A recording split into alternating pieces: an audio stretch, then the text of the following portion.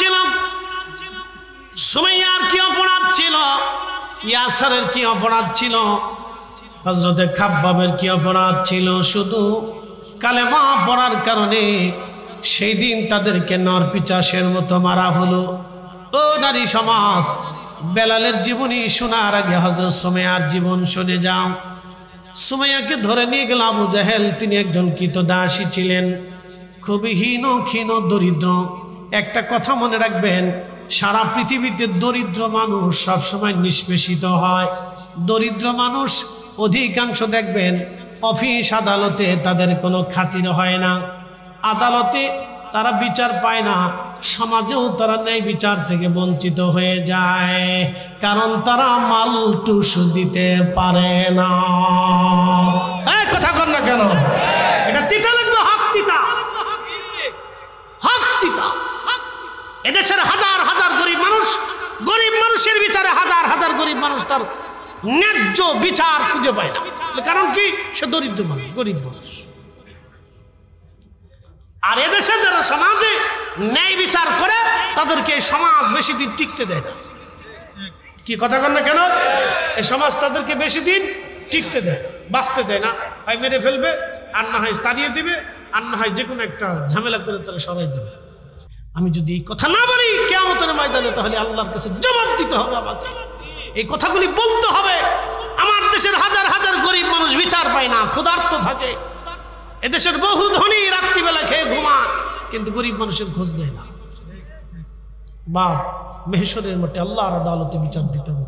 ক্ষুধার যন্ত্রণা সবচেয়ে বড় যন্ত্রণা। আল্লাহ রাসূল এই জন্য বলতেন, উম্মত, ইসলামের মধ্যে সবচেয়ে উত্তম কাজ হচ্ছে তুতঈমুত তুআম, মানুষকে খাবার খাওয়াও, মানুষকে খাওয়াও, মানুষকে খাওয়াও। সুনানুল সহিহ মুসলিমের ভিতরে রাসূল বলেছেন, কিয়ামতের ময়দানে আল্লাহ জিজ্ঞেস করবে, হে বান্দা, আমি ক্ষুধার্ত ছিলাম, তুমি আমাকে খাইতে দাও নাই। বান্দা বলবে, ইয়া রব, বলেন কি? আপনি তো নিজেই রাজ্জাক, আবার কখন ক্ষুধার্ত ছিলেন? রব্বুল আলামিন বলবে, সেই দিন আমার অভাবী দুস্থ দরিদ্র আমার বান্দাকে যদি তুমি সেই দিন ক্ষুধার্ত বান্দাকে খাইতে দিতা, হে বান্দা, সেদিন আমি আল্লাহর খাওয়া হয়ে যাইত। আসতে হয়ে গেল না? জোরে বলবেন সুবহানাল্লাহ। এই জন্য আমাদের সুন্নিরা যত মাহফিল করি, মিলাদ করি, দোয়া করি, ফাতিহা করি, খাবারের ব্যবস্থা করি, আর আমরা কিছু ভাই সাহেবরা শুধু বেদাতের টেক্কা মারতেছে। ওর বেদাতের ফতোয়ার গোষ্ঠী কিলাই, এই কথা কর না, ওর বেদাতের ফতোয়ার গোষ্ঠী কিলাই। বেটা, এদেশের মুসলমানকে খাওয়াবো না তো খাওয়াবো কাকে? মানুষকে খাওয়াবো না তো খাওয়াবো কাকে? কুকুরকে পানি পান করাইয়া যদি পতিতা নারী আল্লাহর জান্নাতে যাইতে পারে, তাহলে আমরা কেন আল্লাহর বান্দাকে খাবার খাওয়াই আমরা বেহেশত পাবো না? কারণটা কি? যারা বেদাতের ফতোয়া দিবে, ওর ফতোয়ার গোষ্ঠী কিলান, ওর ফতোয়া মানা যাবে না, ও নিজে বেদাতি। কথা বলেন ঠিক না বেঠিক?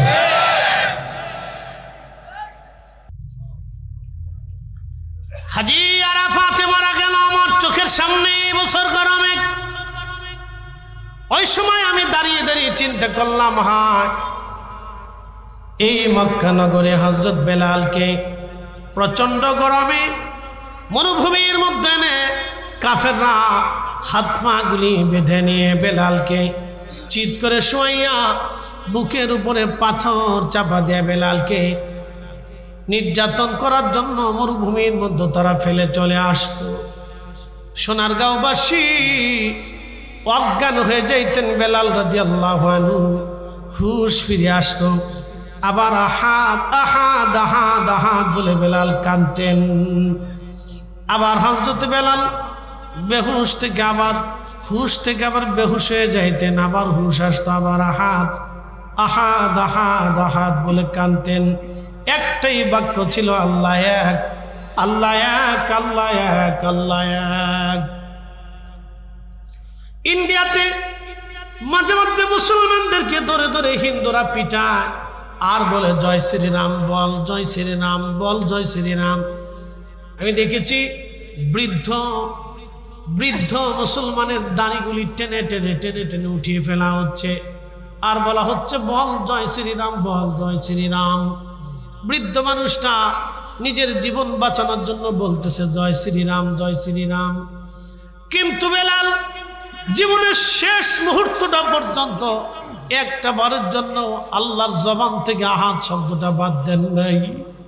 শুধু আহাদ আহাদ আহাদ বলে বেলাল কাঁদতেন, আবার বেহুশ হয়ে যাইতেন। মারতে মারতে পিঠের চামড়াগুলি খসে খসে পচে পচে গেল, ঘা হয়ে গেল। ওই ঘায়ের মধ্যে বারবার করে বেলালকে মারা হতো। ও নারী সমাজ সুমাইয়াকে ধরে নিয়ে আসা হলো। আবু জাহেল ডাকতে বলল, সুমাইয়া কালেমা ছাড়বি না জীবন দিবি? সুমাইয়া বলল, আমি গরিব হতে পারি, আমি কৃতদাস হতে পারি। আবু জাহেল, যে সত্যটা হৃদয়ে কবুল করেছি তা কখনো ছাড়ব না। আবু জাহেল হযরত সুমাইয়ার হাত পা গুলি বেঁধে একটা বর্ষা হাতে নিয়ে আবু জাহেল সুমাইয়া রাদিয়াল্লাহু আনহার গুপ্তাঙ্গে বর্ষা দিয়ে খুঁচিয়ে খুঁচিয়ে খুঁচিয়ে খুঁচিয়ে নির্মমভাবে হত্যা করল। সুমাইয়ার চিৎকারে মক্কার আকাশ পাতাল ভারী হলো। একটা মানুষ সুমাইয়াকে সাহায্য করার জন্য সেই দিন আসে নাই। ঈমান কি জিনিস, কালেমা কি জিনিস, সাহাবীরা কালেমা গ্রহণ করার পরে বুঝলো ঈমান কত কঠিন। হযরত সুমাইয়া শুধু বলতে লাগলো, ইয়া রাব্বি, যেই হেদায়েত তুমি আমার কালবে দিয়ে দিলে আল্লাহ, ওরা আমাকে মেরে ফেলতেছে, ইয়া রব, মৃত্যুর আগে যেন ওই কলিজা থেকে হেদায়েতটা চলে না যায়। হযরত সুমাইয়া কাঁদতে কাঁদতে একটা সময় আর তো চিৎকারে নীরব হয়ে গেল। সুমাইয়া শহীদ হয়ে গেল। হযরত বেলালকে ধরে নিয়ে এইভাবে মারতে লাগা হলো। বহুদিন পর্যন্ত বেলালকে মারা হলো। আবু বকর সিদ্দিক রাস্তার পাশ দিয়ে যাওয়ার সময় দেখে বেলাল অজ্ঞান হয়ে পড়ে আছে। আল্লাহর হাবিবের দরবারে এসে বলল, হুজুর, আপনি যদি বলেন বেলালকে আজাদ করে দিতে পারি। আল্লাহর নবী বললেন, যাও বেলালকে আজাদ করে নিয়ে আসো। হযরতে বেলালকে আজাদ করার জন্য বহু অর্থ দিয়ে আবু বকর সিদ্দিক রাদিয়াল্লাহু আনহু বেলালকে কিনে নিয়ে আসলেন। আল্লাহর হাবিব হিজরত করে মক্কা থেকে মদিনাতুল মুনাওয়ারায় চলে গেলেন। চলে যাওয়ার পরে মসজিদে নববী প্রতিষ্ঠিত হলো। নবীজি মসজিদে নামাজ পড়বেন, এখন আজান কেমনে হবে,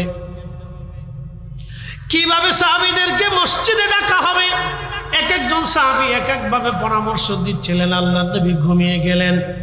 রাত্রিবেলা আমার রব নবীজির ঘুমের মধ্যে স্বপ্নে আল্লাহ ওহী করলেন, আজান প্রবর্তন করে দিলেন।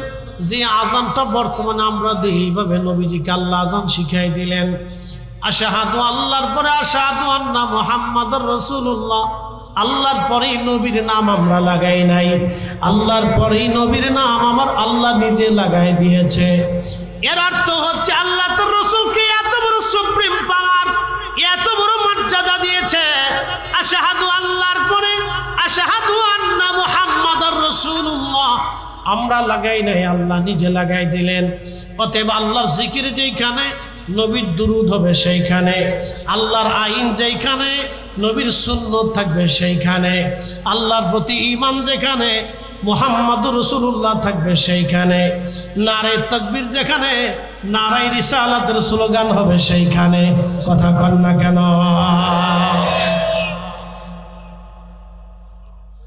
সোনারগাঁওবাসী মনোযোগ দিবেন, আজান এসে গেল। নবীজি বললেন, বেলাল, লাব্বাইকা ইয়া রাসূলুল্লাহ, তুমি যাও আজান দিবে। বনু নাজ্জার গোত্রের একটা মহিলার কোনো ছাদ ছিল, ওই ছাদের উপরে দাঁড়ায় বেলাল রাদিয়াল্লাহু আনহু আজান দিতেন। সেই ছাদের ওই অংশটুকুন এখনো মসজিদে নববীর ভিতরে পড়ে গেছে। অর্থাৎ রিয়াজুল জান্নাত নবীজির মিম্বার দিকে আপনি যদি আগায় আসেন তো দেখবেন এইখানে একটা ছাদের মতো করে এখনো সুন্দর করে টাইলস দিয়ে ঢালাই করে ছাদের মতো বানায় রাখা হয়েছে। মুয়াজ্জিন না ওইখানে দাঁড়ায় এখনো আজান দেয়। কিয়ামত পর্যন্ত নবীর মসজিদের মুয়াজ্জিনরা সেইখানে দাঁড়ায় দাঁড়ায় আজান দিবে। যেইখানে দাঁড়াইয়া বেলাল আজান দিত, এখনো মসজিদে নববীতে সেইখানে দাঁড়াই আসা মুয়াজ্জিনরা এখনো আজান দেয়। হযরত বেলাল ওইখানে দাঁড়ায় আজান দিতেন। আজান দেওয়ার পরে রাসূল নামাজ আসতেন। আল্লাহর হাবিব একাধারে বহুদিন পর্যন্ত বেলাল নবীর খেদমত করলেন। মুয়াজ্জিনে রাসূল, নবীর মুয়াজ্জিন হযরত বেলাল, নবী যেখানে যাইতেন বেলালকে সঙ্গে করে নিয়ে যাইতেন। একজন মানুষ আর একজন মানুষকে 4 কারণে মোহাব্বত করে। 1 নম্বর জামালিয়াত, 2 নম্বর কামালিয়াত, 3 নম্বর কারামাত, 4 নম্বর এহসান। 1 নম্বর জামালিয়াত মানে সৌন্দর্য। একজন মানুষ যদি সুন্দর হয় তখন একজন মানুষ আর একজন মানুষকে মোহাব্বত করে। 2 নম্বর কামালিয়াত, একজন মানুষ যখন কামেল হয়ে যায়, আল্লাহওয়ালা হয়ে যায়, আমার রসুলের গোলাম হয়ে যায়, তখন মানুষ মানুষকে মোহাব্বত করতে থাকে। 3 নম্বর কারাবাত, কারাবাত মানে নৈকট্য। আপনি যত কাছাকাছি পাশাপাশি বসবেন, যত হাদিয়া তোহফা দিবেন নিবেন, আদান প্রদান হবে, চা খাবেন, চা দেবেন, একসাথে ঘুরবেন, ততই মোহাব্বতের সৃষ্টি হতে থাকে। 4 নম্বর এহসান, এহসান মানে দয়া। আপনি যত মানুষকে দয়া করবেন, মানুষ আপনার প্রতি মহব্বত তত বাড়তে থাকবে। শুধু মানুষ না, আপনি যদি একটা বাঘের দয়া করেন, একটা সাপের দয়া করেন, বন্য পশুর দয়া করার পরে দেখবেন সে আপনার অনুগত হয়ে যায়। আর কুত্তা হলে তো সে জীবন দিয়ে দিবে, কিন্তু বেঈমানি করবে না। এটার নামে এহসান, দয়া। দয়া 4 কারণে একজন মানুষ আর একজন মানুষকে ভালোবাসে। আমার রসুলের মধ্যে 4টা জিনিস ছিল। 1 নম্বর জামালিয়াত, 2 নম্বর কামালিয়াত, 3 নম্বর কারাবাত, 4 নম্বর এহসান। এই 4টা জিনিস আমার রসুলের মধ্যে থাকার কারণে সাহাবীরা নিজেদের জীবনগুলি উজাড় করে দিয়ে, নিজের জীবন উজাড় করে দিয়ে সাহাবীরা রসুলের খেদমত করতেন। হযরত বেলাল প্রত্যেক দিন আজানে আজানে মোহাম্মত এত দৃঢ় হলো, উনি আশিকি রসুল। আল্লাহ নবীর ইন্তেকালের সময় ঘনায় গেল। জিবরাইল আমিন আজরাইল 2 জন এসে নবীজির আল্লাহর হাবিবের হুজরা মুবারকে বসে গেল। আজরাইল বলতেছে, হুজুর আপনি অনুমতি দিলে আপনাকে নিয়ে আল্লাহর দরবারে চলে যাব, আর যদি অনুমতি না দেন আপনাকে রেখে আমি আজরাইল চলে যাব। ইয়া রাসূলুল্লাহ, আপনার যতদিন মন চাবে ততদিন আপনি উম্মতের মধ্যে বেঁচে থাকবেন। হুজুর এই সুপ্রিম পাওয়ার আপনার আগে আল্লাহ কাউকে দেয় নাই, আপনার পরে আল্লাহর কাউকে দেবে না।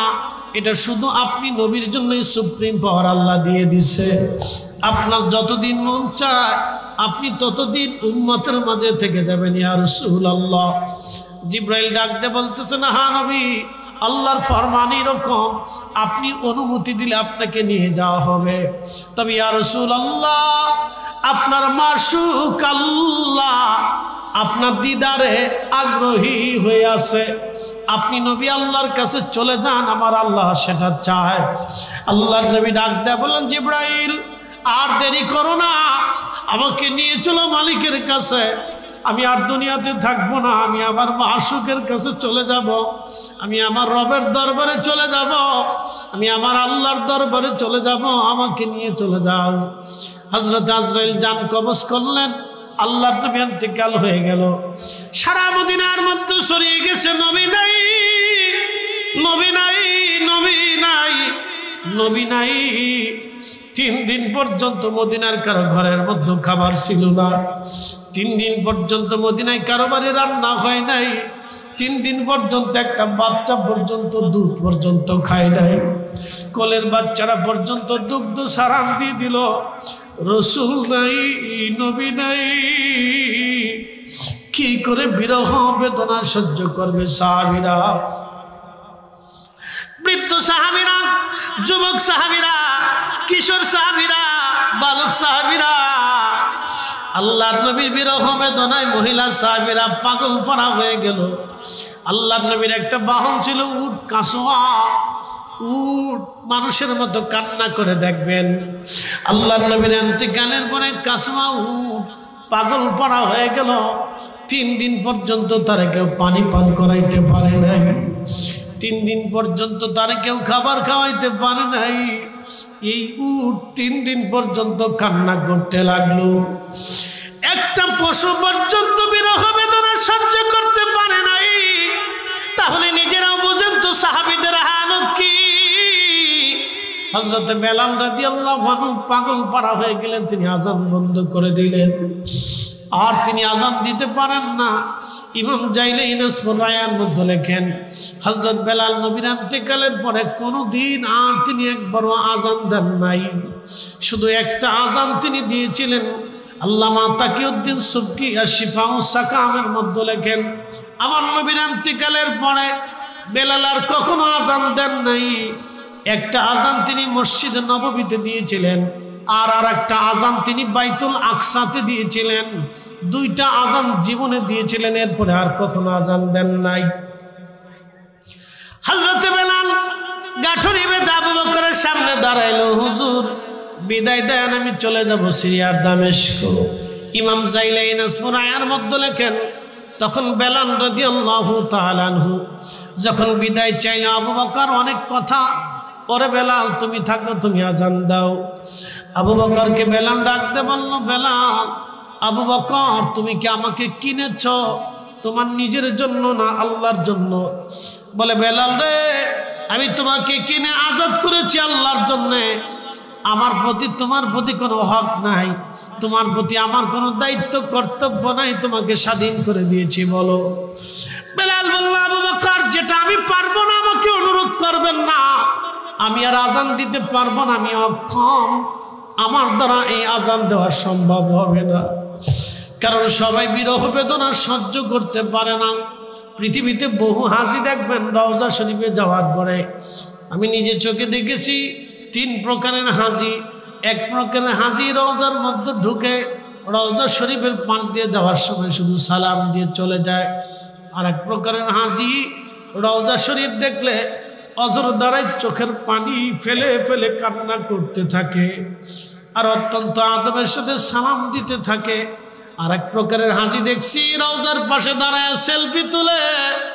আহা, ও হাজি নিজেও জানে না এই মজলিসে আমার রাসূল ঘুমানো আছেন, এই রওজা শরীফ আমার নবী জিন্দা, এই রওজা মোবারকে বসে নবী দেখে আমার কোন উম্মত আসছে, এই রওজা মোবারকে নবী দেখে আমার কোন আশিক আসছে, আমাকে কে সালাম দিল, আমার পাশে কে দাঁড়ায় গেল, আমার সাথে কে কথা বলে গেল, আমার সাক্ষাতে কে আসলো, আমার নবী রওজা মোবারক থেকে দেখে। এই জন্য আল্লাহর নবী বললেন, মান জারা কবরি ওয়াজাবাত লাহু শাফাআতি ইয়াউমাল কিয়ামাহ। দুনিয়াতে যে আমার রওজা জিয়ারত করবে, কিয়ামতের ময়দানে তাকে সুপারিশ করা আমি নবীর জন্য ওয়াজিব হয়ে যাবে। চিৎকার মেরে জোরে বলেন না ইয়া রাসূলুল্লাহ।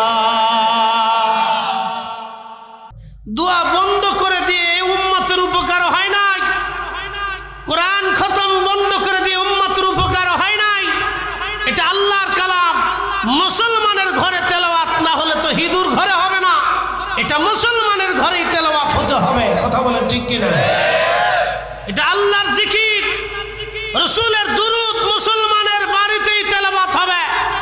মুসলমানের ঘরে নবীর দুরূদ তেলাওয়াত না হলে খ্রিস্টানের ঘরে হবে না। অতএব মুসলমানের ঘরেই নবীর দুরূদ সালাম হতে হবে। কথা বলেন ঠিক কিনা? খালি বেদাত বেদাত ফতোয়া দিয়ে বন্ধ করে দিচ্ছে।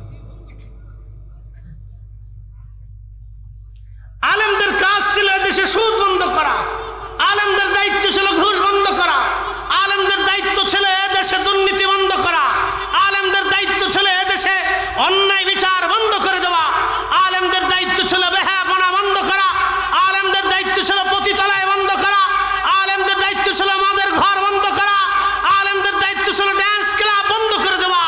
আলেম তাহা পারে নাই। আলেম মিলাদ বন্ধ করছে, দোয়া বন্ধ করছে, জিকির বন্ধ করছে, কোরআন খতম বন্ধ করে দিছে। শয়তানে কা আমি বিরাট খুশি। ঠিক, যেটা বন্ধ করার কথা ছিল হেতা পারস নাই, তুই যেটা করার কথা না হেদে করে দিছিস। কি কথা খারাপ কইছি? সাচ্চা সাচ্চা কাচ্চা কাচ্চা একবার পানির মতো ক্লিয়ার কথা, বাকি ঝুঁকি নেই, পানির মতো ক্লিয়ার কথা।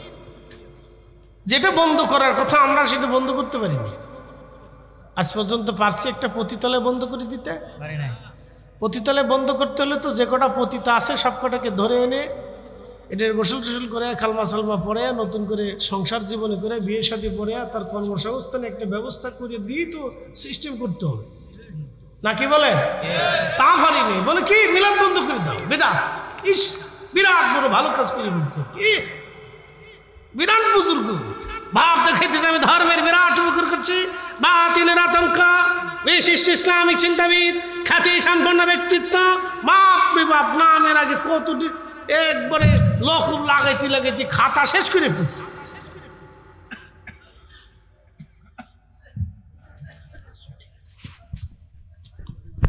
আরে আচ্ছা চলবো, লাগে থাকলি চলবে। ও আর চলতো নি, চলতো। একসাথে বলেন তো আল্লাহু আকবার।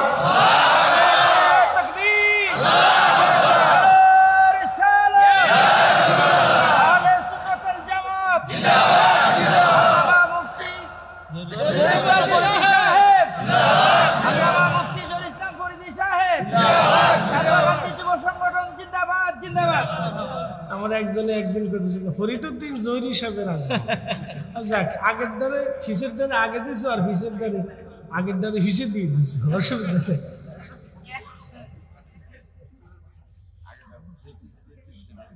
যাক অসুবিধা নেই। আল্লাহু আকবার ওয়ালিল্লাহিল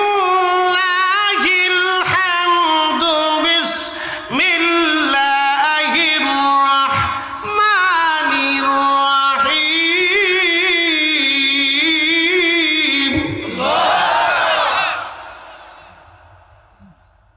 ওয়া ইযা তুলিয়াত আলাইহিম আয়াতুহু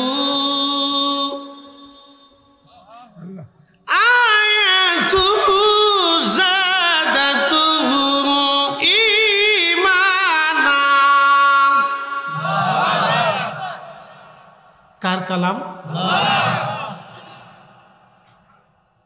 এটা কাগজ সৃষ্টি, এটাও কাগজ সৃষ্টি। এর ভিতরে যে কালি আছে এটাও সৃষ্টি, কিন্তু যে কালাম আছে এটা সৃষ্টি না। কাগজ সৃষ্টি, কালি সৃষ্টি, কিন্তু কালাম সৃষ্টি না। যালিকাল কিতাবু লা রাইবা ফীহি হুদাল লিল মুত্তাকিন। এই কথাগুলি সৃষ্টি না, এটা কার কালাম? আল্লাহর কালাম। আল্লাহর কুদরতি জবান থেকে আল্লাহ বের করে তার হাবিবের কলবের ভিতরে 114টি সূরা, 6666 আয়াত, 30টা প্যারার মাধ্যমে আল্লাহ তার হাবিবের কলবের ভিতরে কোরআনকে নাজিল করেছে। এটা আল্লাহর কালাম, এটা খোদার কালাম। এই একটা ইমানের মাসালা নিয়ে ইমাম আহমদ ইবনে হাম্বল 4 বছর পর্যন্ত জেল খাটছে, ক্ষমতার জন্য না। পৃথিবীর কোন ওলির জীবনীতে পাবেন না তারা মসনদের জন্য পাগল ছিল। পৃথিবীর কোন বিশ্ববিখ্যাত ইমাম ও শাইখুল হাদিস মুহাদ্দিস তাদের জীবনীতে দেখবেন না যে তারা মসনদের জন্য পাগল ছিল। আমরা পাগল হয়েছি। পৃথিবীর কোন ওলি কোনদিন কোন মসনদের জন্য পাগল ছিলেন না। কেন? ওলিরা জানতেন রাষ্ট্রীয় কোষাগারে গরিব মানুষের রক্ত লেগে থাকে, রাষ্ট্রের সম্পদে অভাব অনিত পীড়িত দারিদ্র মজলুমের রক্ত আর শ্রমিকের ঘামের অর্থ লেগে থাকে। এই জন্য তারা জানতেন এই অর্থ থেকে কোনো খাবার খালে তাহলে তাদের ইলমুল কাল নষ্ট হয়ে যাবে, হিসাব অনেক, তাদের মুজাহাদা নষ্ট হবে। সেই জন্য পৃথিবীর কোনো ওলি তাদের জীবনীতে নাই তারা কখনো মসনদ দিয়েছে, তারা মসনদ ছেড়ে দিয়েছে। শাহজালাল রাহিমাহুল্লাহ ইচ্ছা করলে বাংলার মসনদে বসতে পারতেন, সেকেন্দারকে দিতেন না। খাজা বাবা আজমেরি ইচ্ছা করলে দিল্লির মসনদে বসতে পারতেন, মোহাম্মদ গুরিকে দিতেন না। মুজাদ্দিদ আল ফিসানি সেরহিন্দি ইচ্ছা করলে দিল্লির মসনদে বসতে পারতেন, সম্রাট জাহাঙ্গীরকে পুনরায় তিনি ক্ষমতায় বসাতেন না। কুতুবউদ্দিন কাকি, নিজামউদ্দিন আউলিয়া ইচ্ছা করলে তারা মসনদে বসে রাজ্য চালাইতে পারতেন, কিন্তু চালান নাই। সূক্ষ্ম পয়েন্ট, এটা অনেক সূক্ষ্ম পয়েন্ট। কারণ রাষ্ট্রীয় কোষাগারে গরিবের রক্ত লেগে থাকে। কি ভাবতেছেন আপনারা? আপনি ঠিক করলেও ঠিক, না ঠিক করলেও ঠিক। সরকারি 1 টাকা কেউ যদি চুরি করে খায়, 18 কোটি মানুষের মামলা কিয়ামতের ময়দানে দাঁড়াবে। আপনি ঠিক বললেও ঠিক, না ঠিক বললেও ঠিক। আল্লাহর কোরআনে যেটা বলছে এটাই ঠিক। কি কথা কন না কেন? হিসাব অনেক করা। এই জন্য হযরত ওমর দৌড়াইতেন, কাঁপতেন, ভয় পাইতেন। আবু বকর ভয় পাইতেন যে হায় রাত কি না কি হয়ে যায়। নবী বলতেন আল খেলাফতুস সালাসুনা সানা, 30 বছর খেলাফত চলবে, এরপর আর কোনোদিন খেলাফত হবে না। আবু বকর, ওমর, উসমান, আলীর মতো খেলাফত পৃথিবীতে আর কখনো প্রতিষ্ঠিত হবে না। আর ইমাম মাহদী আলাইহিস সালাম আসার পরে সারা পৃথিবীতে ইসলামী হুকুমত তিনি কায়েম করবেন, রসুল যেইভাবে করেছেন সেইভাবে। এর মাঝখানে যে যতই চেষ্টা করুক 100% পিওর হবে না।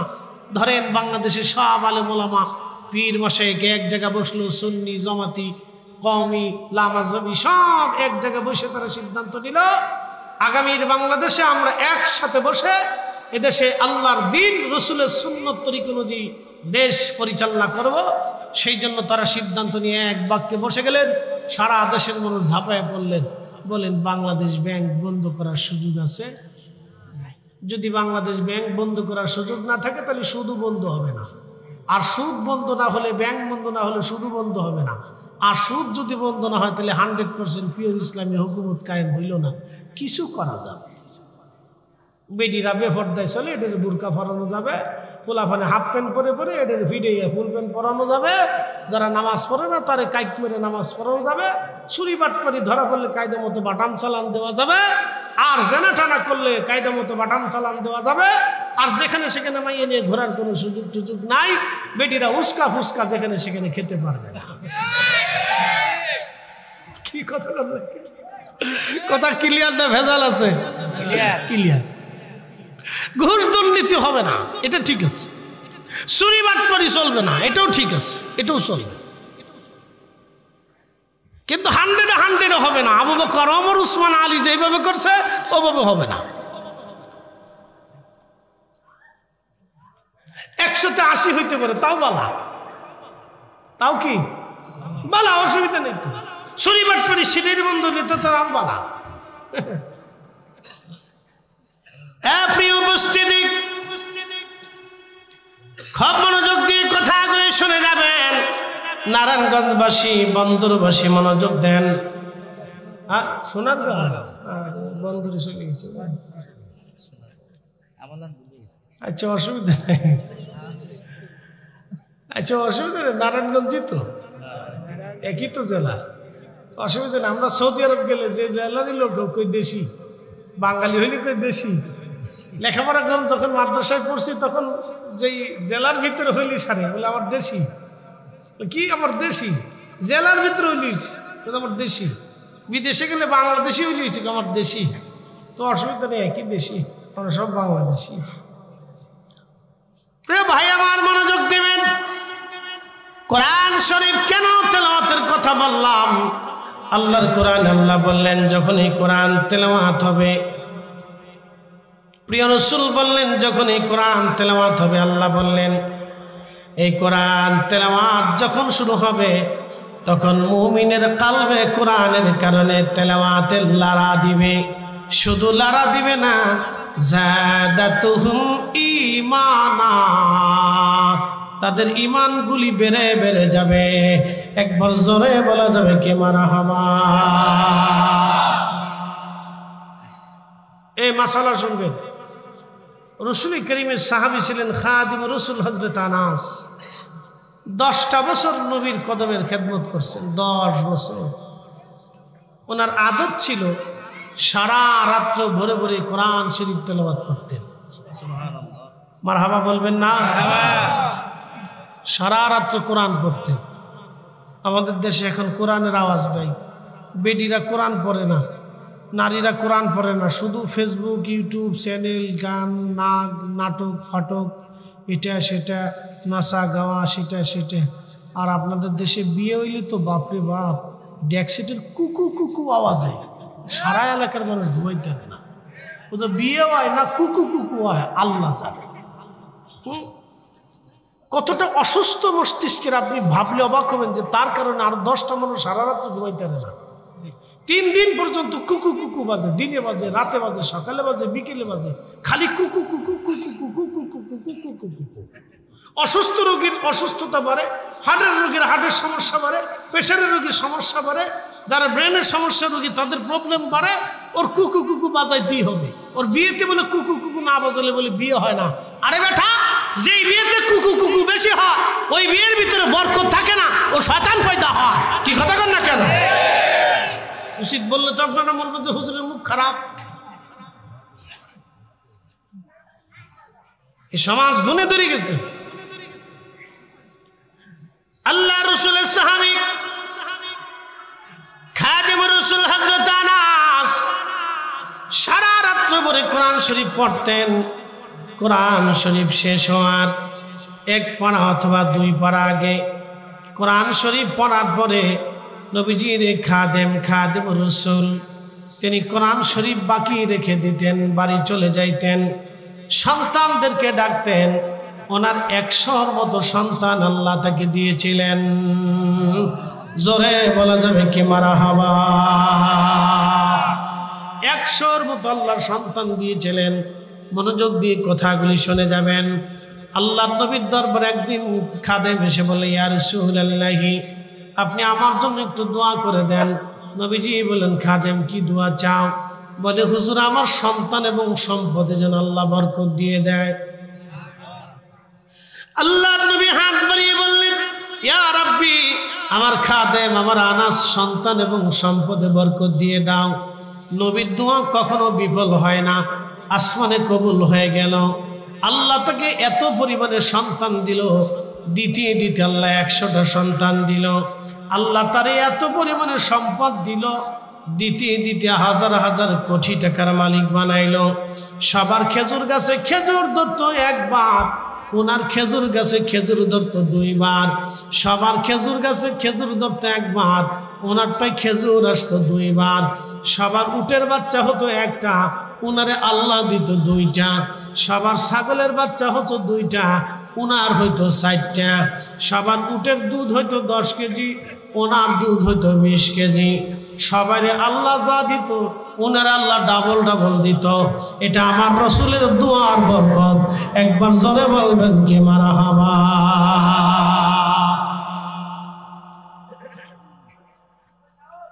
আল্লাহ সন্তান দিতে দিতে 100-র উপরে দিছে, নাতিনাতকুর সহ। এরকম বেটা বাংলাদেশে আছে, সারা দুনিয়াত পাবেন না। আল্লাহ রসুলের দোয়ার পাওয়ার কত দেখেন। এত বরকত দিছি যে আল্লাহ সন্তান দিতে দিতে 100 সন্তান দিছি। তো ওনার আদত ছিল সারা রাত্র কোরআন পড়তেন, ইবাদত করার শেষে 1 পারা 2 পারা কোরআনের বাকি রেখে দিতেন। ফজরের নামাজ পড়ে বাড়ি এসে সব সন্তানদেরকে কাছে ডেকে এনে সামনে বসিয়ে কোরআন তেলাওয়াত শুরু করতেন। আহা, সাহাবীদের জীবন কত চমৎকার ছিল।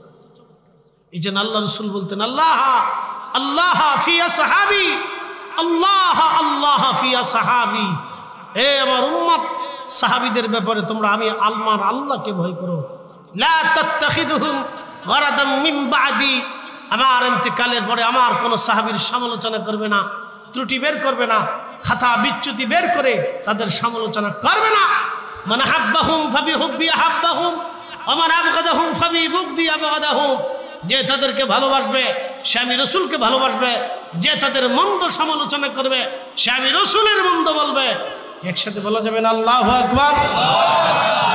সাহাবী, জোরে বলেন কি? না, জোরে বলেন কি? সাহাবী।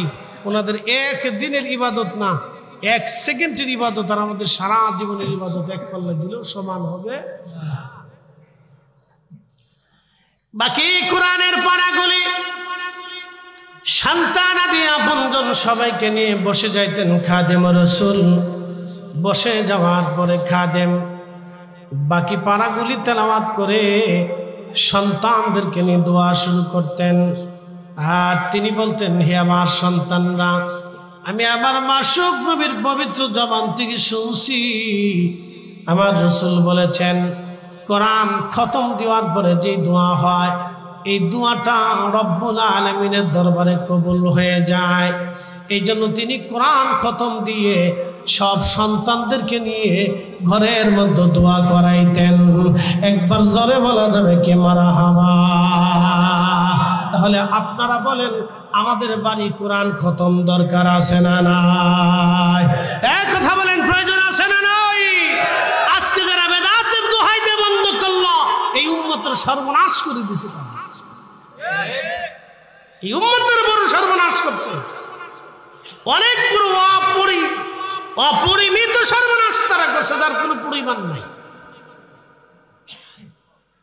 কদম বসে উঠিয়ে দিছে, ছেলেরা এখন বেয়াদব হয়ে গেছে।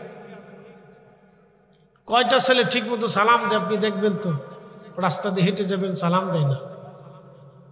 কি কথা কর না কেন? সালাম দেয়?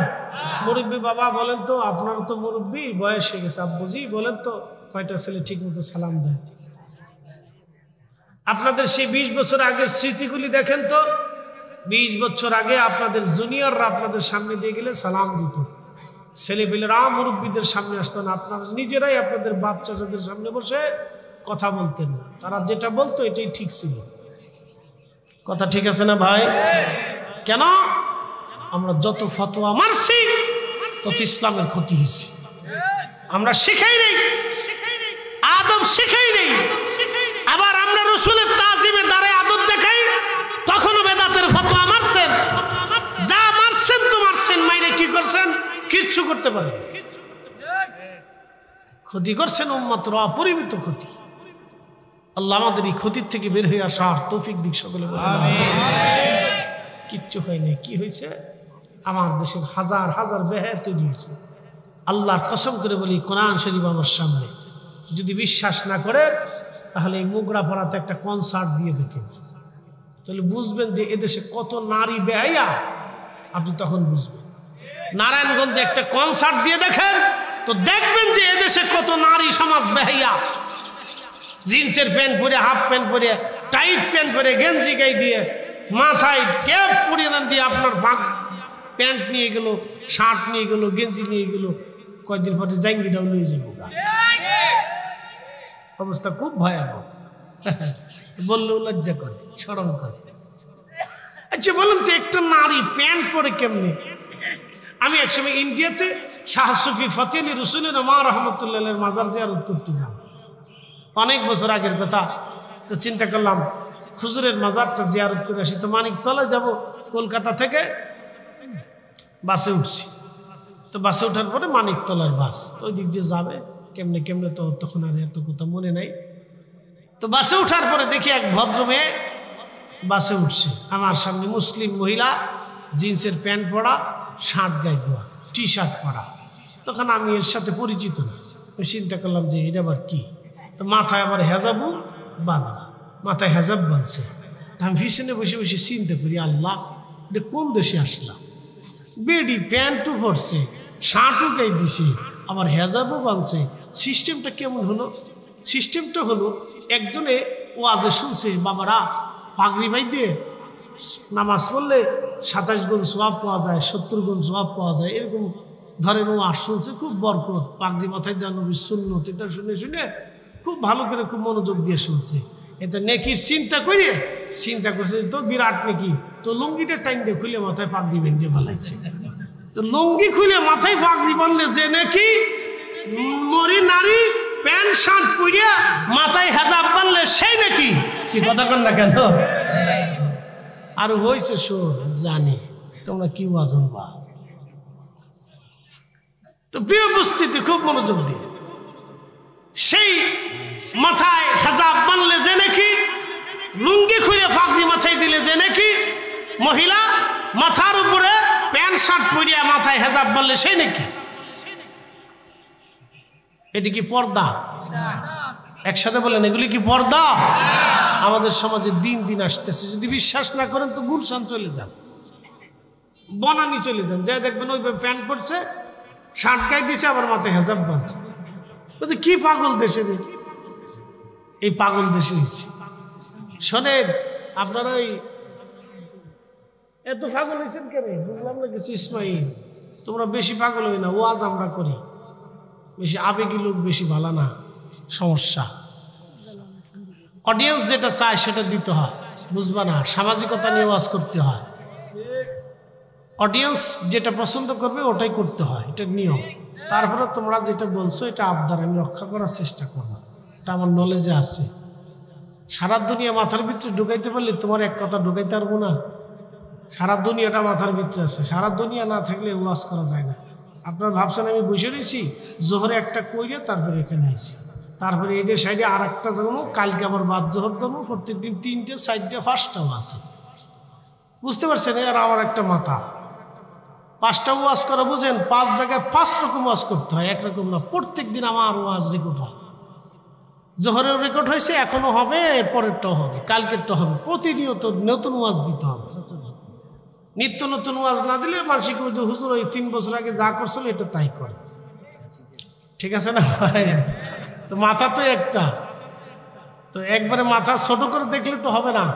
আল্লাহ পর্যন্ত নিচে মাথার ভিতর তো কিছু আছে। একসাথে বলি না আল্লাহু আকবার? না না হয় না, আরো জোরে বলেন আল্লাহু আকবার, নারে তাকবীর, নারে রিসালাত। সামাজিকতা নিয়ে ওয়াজ না করলে এ ওয়াজ এখন খায় না, তুমি বুঝবা না। এগুলা দেশে সিটার বাটপাট বহুত বাড়ছে, ঠিক করলেও ঠিক। এদেশে হাজার হাজার ভাই আছে বনের জমি বুঝাই দেয় না, কি কথা কর না কেন? এই ওয়াজ না করলে, আমরা না করলে কে ওয়াজ করবে? আমরা যদি এখানে বসে না ওয়াজ করি তো কে কথা বলবে? কথা আমাদের কাছে বহু নারী এসে ফেল ফেল করে কাঁদে, হুজুর দোয়া করে, 30 বছর ধরে আমার ভাই আমার ঠকাইতেছে। তখন আপনার কাছে কেমন লাগবে বলেন তো? আল্লাহ তো আমাদেরকে কোরআনের দৃষ্টিকোণ থেকে ইনসাফ শিক্ষা দিচ্ছে, কথা ঠিক আছে না ভাই? আল্লাহ আলেমদেরকে কেন দায়িত্ব দিচ্ছে? আলেমদেরকে দায়িত্ব দিছে এই সমাজ থেকে মানুষদেরকে ঘুরে ধরা, মানুষদেরকে বুঝিয়ে আল্লাহর দিকে আনা, হকের পথে আনা, ঠিক আছে না? এই অডিয়েন্স আমাকে কথা বলতে হবে তো, যে ভাই তার বোনের জমি বুঝায় না, যে ভাই তার বোনের জমি বুঝাই দেয় না, যেই চাচা তার এতিম ভাতিজা ভাতিজির সম্পদ বুঝিয়ে দেয় না, সে আবার টুপি মাথায় দিয়ে মসজিদের প্রথম কাতারে নামাজে দাঁড়ায়, খুব ঢক মতো নামাজ পড়তেছে, শয়তান হাসে কয়ে বাপরে বাপ, ও তো আমার সে তো বড় সিটার। আপনি একটু চিন্তা করেন তো, আপনাদের এখন বলি, প্রশ্ন করি, এখন যদি আমি এই সার বদলতে মদ খাই, আপনারা ওয়াজ মানবেন? না না, জোরে বলেন মানবেন? এখন আমাকে মেহেদি ভাই এখানে বসে বসে ধরেন এক বোতল আনছে, বোতল সারে নিয়ে না, আমার এই বোতল ধরে ধরে কাপে করে দিলে, আমি খাচ্ছি আর ওয়াজ করতেছি। তো আপনারা বলবেন যে হুজুর লাল পানি খায়, চাও লাল, কিন্তু এটাও লাল, তো কি লাল এটা? চার থেকে তো ধোঁয়া আসে, তো এদের থেকে তো ধোঁয়া টোয়া দেখি না, গন্ধ আসে, কারণটা কি? দেখবেন যে হুজুর বোতল খাচ্ছে, তো এটা খাইয়ে যদি আমি ওয়াজ করি, একটা মুসলমানও কি মানবে? যে নেশা করে সেও কবে যে আমি নাই নেশা করি, তো হুজুর তো করতে পারে না। হুজুর হলো আলাদা জগতের প্রাণী। আমি না হয় মিশে কথা কইতে পারি, হুজুর তো কইতে পারে না। আমি না হয় এই অকাম করতে পারি, হুজুর তো করতে পারে না, বুঝছেন না? আমাদেরকে মানুষ আলাদা দৃষ্টিকোণ থেকে সম্মান করে, এটা ভালো। কিন্তু এখন প্রশ্ন হলো, এই মদ পান করা আমি যদি ওয়াজ করি, তাহলে আপনারা আমার ওয়াজ শুনবেন না। তো ঠিক একজন ব্যক্তি শুয়োরের গোশত খেয়ে এসে নামাজে দাঁড়াইলে, রোজা রাখলে, ইফতার করলে, সেহরি করলে, হেরেমে যাইয়া মাকাম ইব্রাহিমে নামাজ পড়লো, তার নামাজ হবে না। ঠিক ওই রকম যেই ভাই তার বোনের জমি বুঝাই দেয় না, যেই চাচা তার এতিম ভাতিজা ভাতিজির সম্পদ বুঝিয়ে দেয় না, সে যতদিন পর্যন্ত ওই সম্পদের টাকার গরুর গোশত, খাসির গোশত, মুরগার গোশত, সবজি তরকারি ভাত পানিও কিনে এনে খাবে, ততদিন পর্যন্ত তার নামাজ হবে না, রোজা হবে না, জিকির হবে না, হজ হবে না, যাকাত হবে না, কোন ইবাদত কবুল হবে। এই কথাটা আমাকে বুঝাইতে হবে না? বুঝতো। প্রিয় ভাই আমার, আপনাকে দিন মেনে যেতে হবে। আল্লাহর নবী সাহাবীরা ইন্তেকালের পরে নবীজি কবরে নামানোর আগে সাহাবীদেরকে ডাকতেন, সাহাবীরা রে আসো, আমার এই সাহাবী কোনো ঋণ আছে কিনা বলো। সাহাবীরা খুঁটে খুঁটে জানতেন তার অমুক অমুক জায়গায় ঋণ পাওনা আছে। তাদেরকে ডেকে বলতেন তোমরা কি ঋণ মওকুফ করলা? কেউ মাফ করতো, কেউ মাফ করতো না। তিনি সাহাবী গরিব হলে নবীজি ধনী ধনী সাহাবীদেরকে ডেকে ডেকে এনে ওই গরিব সাহাবীর ঋণ মওকুফ করে আর তারপরে কবরে নামাইতেন। ঋণ মওকুফ না করানো পর্যন্ত আমার নবী কোনো সাহাবীকে কবরে নামাইতেন না। আর আজকে আপনি যদি মারা যান তাহলে আপনার ছেলে কান্নার করবে, আব্বা রে, ওরে বাবা তুমি যদি থাকতে বাবা আমার কোনো চিন্তা ছিল না, ওরে আব্বা রে, আব্বা কাঁদতেছে, খুব কাঁদতেছে, আব্বার লিগে একবারে মজে শেষ। কিন্তু আব্বাই যে 6 লাখ টাকা দিন আছে, ও দিনা কেমনে দিবে ওই চিন্তা ভোলার নাই। কি কথা কন না কেন? উচিত কথা বলে দিয়ে যাচ্ছি। জমি বিক্রি করে হলেও ঋণ মওকুফ করে কবরে যায়। নালি পাওনাদার এসে বলবে আব্দুল করিম ঋণ দেও, 6 লাখ পাইতাম, আমার মেজো ভাইয়ের কাছে যা, মেজো বড়োর কাছে যা, বড় মার কাছে যা, মা কবে আমি তো বুঝি না, আমি মহিলা মানুষ, ফুলাদের কাছে যা, ফুলার কবে যা আমি পরে দেখবানি, চিন্তা করবানি কি করা যায় না করা যায়, বুঝছেন না? ওদিক দিয়ে বাপেরে কিন্তু কবরে কায়দা মতো বাটাম চালান দিতেছে। কথা ক্লিয়ার বুঝে যাবেন আব্বা, আমার কথা এখন সুন্দর খারাপ শোনা যাবে, কিন্তু বাস্তবতা থেকে বলতেছি।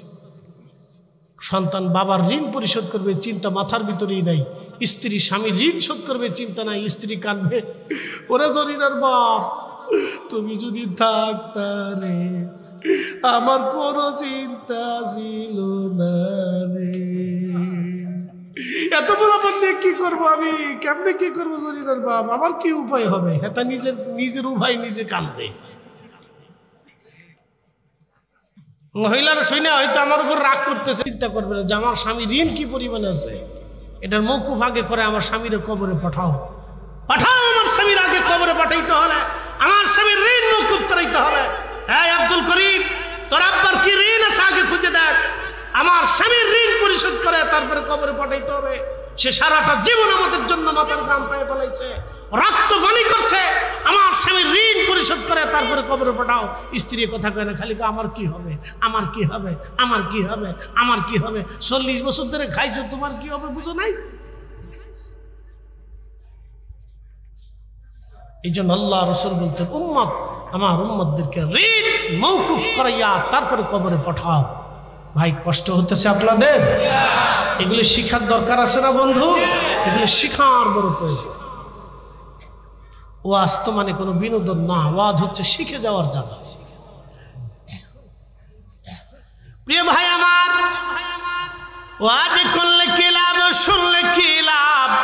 লাভ হবে তার আমলে, আমলেও লাভ হবে না নবী প্রেম না থাকলে দিলে, নবী প্রেম থাকলে দিলে লাভ হবে কম আমলে। সুপারিশ করবেন নবী রোজ হাসরের ময়দানে, জ্ঞানী যারা বুঝে তারা শুধু ইশারায়, নাদানের বুঝাইতে পারি আছে কে কোথায়। জ্ঞানীর মতো জ্ঞানী হলে অল্প কথাই বুঝে, কচুর মতো কচু হলে অল্প জালে সিজে, ঠিক না?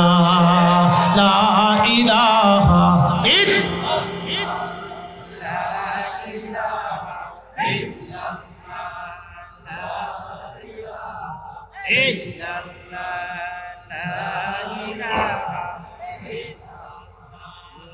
لا إله حسبي ربي جل الله ما في قلبي غير آخا نور محمد بولي نور محمد بولي لا إله إلا الله لا إله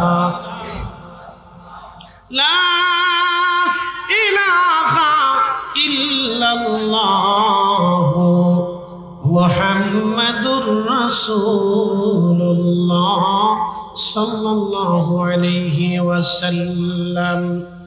প্রিয় বন্ধু, খুব মনোযোগ দিবেন। এইভাবে আপনি যদি সাহাবীদের জীবন দেখেন, অত্যন্ত সুন্দর জীবনের অধিকারী তারা ছিলেন। আল্লাহ আল্লাহ, মানুষের হকের বিষয়ে সাহাবীরা বড় সচেতন ছিলেন। আল্লাহর নবী বলতেন, আমার উম্মতেরা, আল্লাহ দুনিয়াতে আমাকে ইনসাফ প্রতিষ্ঠিত করার জন্য পাঠিয়েছেন। আমি ইনসাফ প্রতিষ্ঠিত করার জন্য আসছি। বন্ধু, সোনারগাঁওবাসী মনোযোগ দিয়ে শুনে যাবেন। এক মহিলাকে সাহাবীরা ধরে নিয়ে আসছে। নবী বললেন, মহিলার অপরাধ কি? বলে, ইয়া রাসূলুল্লাহ, তারা চুরি করেছে। মহিলা, আল্লাহর নবী বললেন, আল্লাহর আইন অনুযায়ী তার হাত কেটে দাও। সাহাবীরা বললেন, হুজুর, সে সম্ভ্রান্ত পরিবারের নারী, আপনি যদি দয়া করেন তার হাত কাটাটা মওকুফ করে দেন। আল্লাহর নবী জালালি হয়ে গেলেন, রাগান্বিত হয়ে বললেন, সাহাবীরা, সাহাবীরা, পূর্ব জামানার উম্মতদেরকে আল্লাহ পাথর নিক্ষেপ করেছে, আগুন নিক্ষেপ করেছে, ভূমিকম্প দিয়ে ধসিয়ে দিয়েছে, মাটির ভিতরে ধসিয়েছে, দাবিয়ে দিয়েছে, ধ্বংস করে দিয়েছে, শুধু অন্যায় বিচার করার জন্য, স্বজন প্রীতি করার জন্য, দুনিয়াতে অন্যায় করার জন্য। সাহাবীরা, আল্লাহ পৃথিবীতে আমাকে ন্যায় প্রতিষ্ঠিত করার জন্য পাঠিয়েছেন, ন্যায়ের জন্য আল্লাহ পাঠিয়েছেন আমাকে। সাহাবীরা, এই কথা আর কখনো বলবো না। আমার ফাতেমা যদি চুরি করত, আমি নবী নিজে হাতে আমার ফাতেমার হাত কেটে দিতাম। এখন যদি প্রশ্ন করি, হ্যাঁ সোনারগাঁওবাসী, আপনার ছেলে যদি কোনো অন্যায় করে, তাহলে আপনি কি ছেলের পক্ষ নেবেন না ন্যায়ের পক্ষ নেবেন? জোরে বলেন, জোরে জোরে জোরে। ছেলের পক্ষে না ন্যায়ের পক্ষে? তো ন্যায়ের পক্ষে নিলে আমার দেশে মামলা হওয়ার কথা না। কি কথা কন না কেন? ন্যায়ের পক্ষে নিলে আমার দেশে মামলা মোকদ্দমা সালিশ দরবারে তো হওয়ার কথা না, বাপেই বিচার করে দিবে। কি কথা ঠিক আছে না ভাই? ছেলে অন্যায় করছে, বাপে কেমনে বাঁচানোর জন্য বাপরে বাপ হেরে ধরে, চেয়ারম্যান ধরে, মেম্বারে ধরে, পুলিশে ধরে, টাকা দেয়, উকিলে ধরে, হিন্দে টাকা দেয়, সিন্দে টাকা দেয়, এখান দিয়ে এখান দিয়ে। বাপে যদি বলে ছেলে অন্যায় করছে, আমার ছেলে, আমি ন্যায়ের পক্ষে, ছেলে শাস্তি ছেলে ভোগ করবে, বাচ্চা ক্লিয়ার, ও সাতা গোষ্ঠী কিলেই না। একবারে বাপে যদি এরকম শত শত বাপে কথা বলে দেয়, তাহলে এদেশে আর অন্যায় হয় না, এদেশে বউ ফিটে না, তালাকের সংখ্যা বাড়ে না। কিন্তু বাপে ছেলের পক্ষ নেয়, শাশুড়ি ছেলের পক্ষ নেয়, এই সবাই যার যার পক্ষ নেয়। কিন্তু মেয়ের দোষ, ছেলের দোষ, কার দোষ নির্বাচন না করে সন্তান, ছেলে, বাবা ছেলের পক্ষ নেয়, মা ছেলের পক্ষ নেয়, শাশুড়ি মা বৌমার পক্ষ নেয় না। আপনি দেখেন তো ঘুরে ঘুরে, নারী সমাজ আপনারা আমার ওয়াজ শুনতেছেন, নারী সমাজ আপনারা আমার ওয়াজ শুনতেছেন, শুনে যাবেন। আল্লাহ রসুলের, আল্লাহর নবীর চরিত্র ছিল, নবীজি ফাতেমা আলীর মধ্যে কোনো মতানৈক্য তৈরি হলে নবীজি ফাতেমার পক্ষ নিতেন না, আলীর পক্ষ নিতেন। নারী সমাজ, আপনার ছেলে এবং আপনার বৌমার মধ্যে ঝগড়া হলে আপনি বৌমার পক্ষ না নিয়ে ছেলের পক্ষ নেন, লজ্জা করে না? হ্যাঁ, আপনার তো লজ্জা করা উচিত। ওই মহিলা, ওই মেয়েটা আপনার ঘরে আমানত হিসেবে এসেছে, ওই মহিলার গর্ভ দিয়ে আল্লাহ আপনার পরবর্তী নসল পৃথিবীতে পাঠাবে, আপনি ছেলের পক্ষ নেন, আপনার তো লজ্জা করা উচিত। আপনার দায়িত্ব ছিল মা হিসেবে ওই মহিলার, ওই মেয়েটার পক্ষ নেওয়া। যেই মেয়েটা বাবা মা ছেড়ে আমার ঘরে আসছে, আমি তার মা, আমি তার বাবা, অতএব আমার ছেলে অন্যায় করলে অবশ্যই আমি হাত দিয়ে বিচার করব। আমার বৌমা কেন কষ্ট করবে? আমার বৌমা আমার সন্তানের মতো। অতএব বৌমার পক্ষ যদি আপনি নিতেন, তাহলে এই সংসার নষ্ট হতো না, তালাক হতো না, সংসার ভাঙতো না। কথা বলেন ঠিক না? হাজার হাজার সংসার বেঁচে যেত, হাজার হাজার বেডি নিজেও হুট করে কান্দে দেখে, আমার বৌমা ভালো না।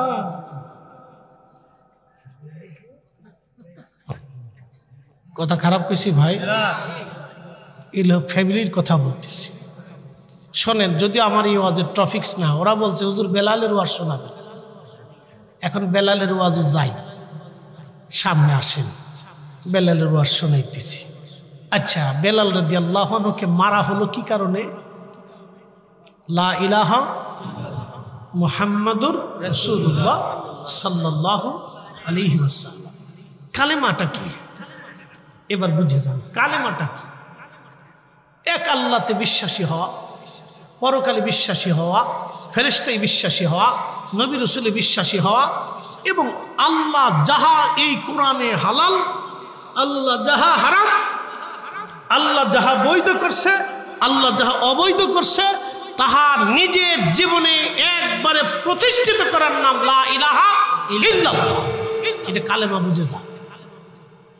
আমার রাসূল জীবনে যাহা নিয়ে এসেছেন, রাসূলের সুন্নাহ, নবীর আনিত বিধান, নবীর চরিত্র, রাসূলের জিন্দেগি, মুহাম্মাদুর রাসূলুল্লাহ সাল্লাল্লাহু আলাইহি ওয়াসাল্লাম। কালেমা বুঝে কয়জন? কালেমা মানে কয়জন? এবার বুঝে। কালেমা বুঝে কয়জন? কালেমা মানে কয়জন? কেন বেলালকে সেই দিন মারা হলো? প্রশ্ন করেন, জবাব দিবেন। কেন বেলালকে মারা হলো? কিসের জন্য বেলালকে কষ্ট দেওয়া হলো? আমি গত বছর ভারতে গিয়েছিলাম বাবা। ভারতের একটা এলাকা, আমাকে ওই যে আসামের গুয়াহাটি বিমানবন্দরে নামাইয়া 4 ঘন্টা পর্যন্ত জিপে চড়াইয়া আমাকে নিতে নিতে বুড়িগঙ্গার চরের মধ্যে নিয়ে থামাইছে। বিশ্বাস করেন, আমার এত ভয় লাগলো, আমি চলন্ত গাড়ির ভিতর থেকে লাফ দিয়ে নেমে বললাম, আপনারা আমাকে কোথায় নিয়ে যান? এই চরের ভিতরে কোনো মানুষ নাই, ডানে মানুষ নাই, সামনে মানুষ নাই, পিছে মানুষ নাই, চরের মধ্যে নিয়ে যান। কারণ কি? আপনারা কি আমাকে মেরে ফেলবেন কিনা আমি ভাবছি, হয়তো নেগেটিভ কোনো দল আমাকে নিয়ে যাচ্ছে ওয়াজে। আমি তো এই অঞ্চল চিনি টিনি না, আমি ডরাই গেলাম, ভয় পেয়ে গেলাম। চরের ভিতরে ডানে বামে সামনে পিছনে কোনো মানুষ নাই। তখন লোকেরা বলল, হুজুর ক্ষমা করবেন, মাফ করে দিবেন। পা জড়াই ধরলো, হুজুর আপনাকে মারার জন্য আনি নাই, আপনি গেলেই বুঝবেন এটা চর এলাকা, আমরা দরিদ্র মানুষ, অনেক কষ্ট করে মাহফিল সাজাইছি, আপনাকে বাংলাদেশ থেকে নিয়ে আসছি। তো চিন্তা করলাম, আল্লাহ বাসি বড়ি যাই করে হইব, একটা তো হইবই, হায়াত মত আল্লাহর হাত। পরে গাড়িতে আবার উঠছি, উঠতে যাইতে যাইতে যাইতে যাইতে যাইতে যাইতে ব্রহ্মপুত্র নদের চরের মাঝখানে, আহা, আমি রাত্রিবেলা মাহফিল করলাম, হাজার হাজার মানুষ, কত মানুষ আসছে, মহিলা পুরুষ দিয়ে, এই টলার মোলার দিয়ে বিভিন্ন জায়গার থেকে আসছে। দেওবন্দি উলামা ইকরাম আসছে, কওমি আলেমরাও আছে, সব পদের উলামা ইকরাম নিয়ে এই মাহফিল স্টেজে ভরা। আমি বললাম, মিলাদ কিয়াম কি হবে? হুজুর আপনার ইচ্ছা পড়লেও পড়তে পারেন, না পড়লেও পড়তে পারেন, এগুলি নিয়ে আমরা ঝগড়া করি না, কারণ আমরা নিজেরাই বিপদগ্রস্ত। হ্যাঁ, বাস্তব, আল্লাহর কসম করে বলি, সকালবেলা ফজরের নামাজ পড়ে যখন আমি বেরোচ্ছি, তখন রাস্তার 2 ধারে কোনো রাস্তাঘাট নেই, শহরের ভিতরে কোনো রকম এই 2 ধারে মানুষ 20 টাকা 5 টাকার নোট 10 টাকার নোট নিয়ে দাঁড়াইয়া আমার সাথে মুসাফা করতেছে, দোয়া চাওয়ার জন্য আসতেছে। তাদের চেহারা, তাদের হাত পাগুলি, কষ্ট দুঃখ দেখে আমার কাছে এতটাই লজ্জা লাগলো, ভিতর থেকে কান্না বের হয়ে আসতেছিল। আমি বললাম, 1 টাকাও লাগবে না, আপনাদের জন্য দোয়া করে দিয়ে যাব। তবে আবার যদি কোনোদিন আপনাদের এখানে আসি তো ফ্রি মাহফিল করবে, 1 টাকাও লাগবে না। আমি দেখলাম তাদের ঘর জীর্ণ শীর্ণ, ওই যে আপনাদের কি বলে কাশফুল আছে না, কাশফুলের ইটা দিয়ে মানুষ বাড়ি বানাই রাখছে, তার ভিতরে থাকে। পোশাক আশাক দেখলে বোঝা যাবে কতটা দারিদ্রতা। আমি বললাম, কারণ কি? বলল, হুজুর এই ইন্ডিয়ান সরকার, এই বিজেপি আমাদেরকে কোনো কার্ড দেয় না, জাতীয়তার কোনো সনদ নাই, আমাদেরকে দেয় না, অথচ আমরা শত শত বছর ধরে এখানে বাস করি, আমাদেরকে কোনো সনদ দেয় না। বলে কারণ কি? বলে আমরা মুসলমান। আপনার গা শির উঠবে, আমি নিজের চোখে দেখে আসছি। বললো, হুজুর আমাদের কোনো সুযোগ সুবিধা নাই, কোনো সরকারি অনুদান কিচ্ছু আমাদেরকে দেয় না, আমরা কোনো রকমের চরের মানুষ, কেটে কুটে কৃষি কামার করে এটা করে আমরা কোনো রকম দিন চলিয়ে যাব। পরে নিজের কাছে এতটা অসহায় লাগতেছিল যে, ইয়া রাব, আমার তুমি কি দেখাইলে আজকে, কোন জায়গায় নিয়ে আসলে? আমি যদি না আসতাম তো এই মানুষ এত কষ্ট করে, আমার মুসলিম ভাইরা বুঝতামই না যে এত বড় বৈষম্য ইন্ডিয়াতে, এত বড় নিরাপ নির্যাতন মুসলমানদের সাথে করা হয়, চোখে না দেখলে বুঝতেই পারতাম না। আপনি ভাবলে গা শির উঠবে।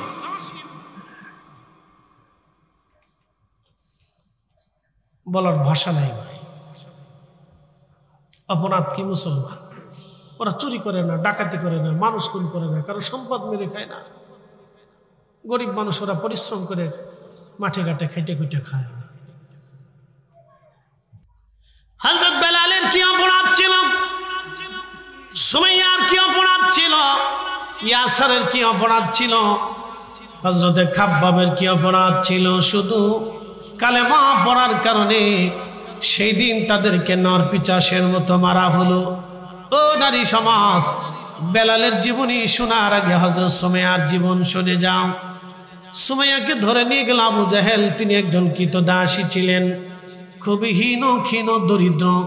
একটা কথা মনে রাখবেন, সারা পৃথিবীতে দরিদ্র মানুষ সবসময় নিষ্পেষিত হয়।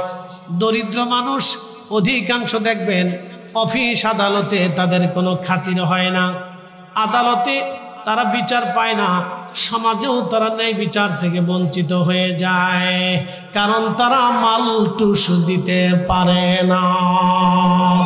কথা কর না কেন? এটা তিতা লাগবে, হক তিতা, হক তিতা। এদেশের হাজার হাজার গরিব মানুষের বিচারে হাজার হাজার গরিব মানুষ তার ন্যায্য বিচার খুঁজে পায় না।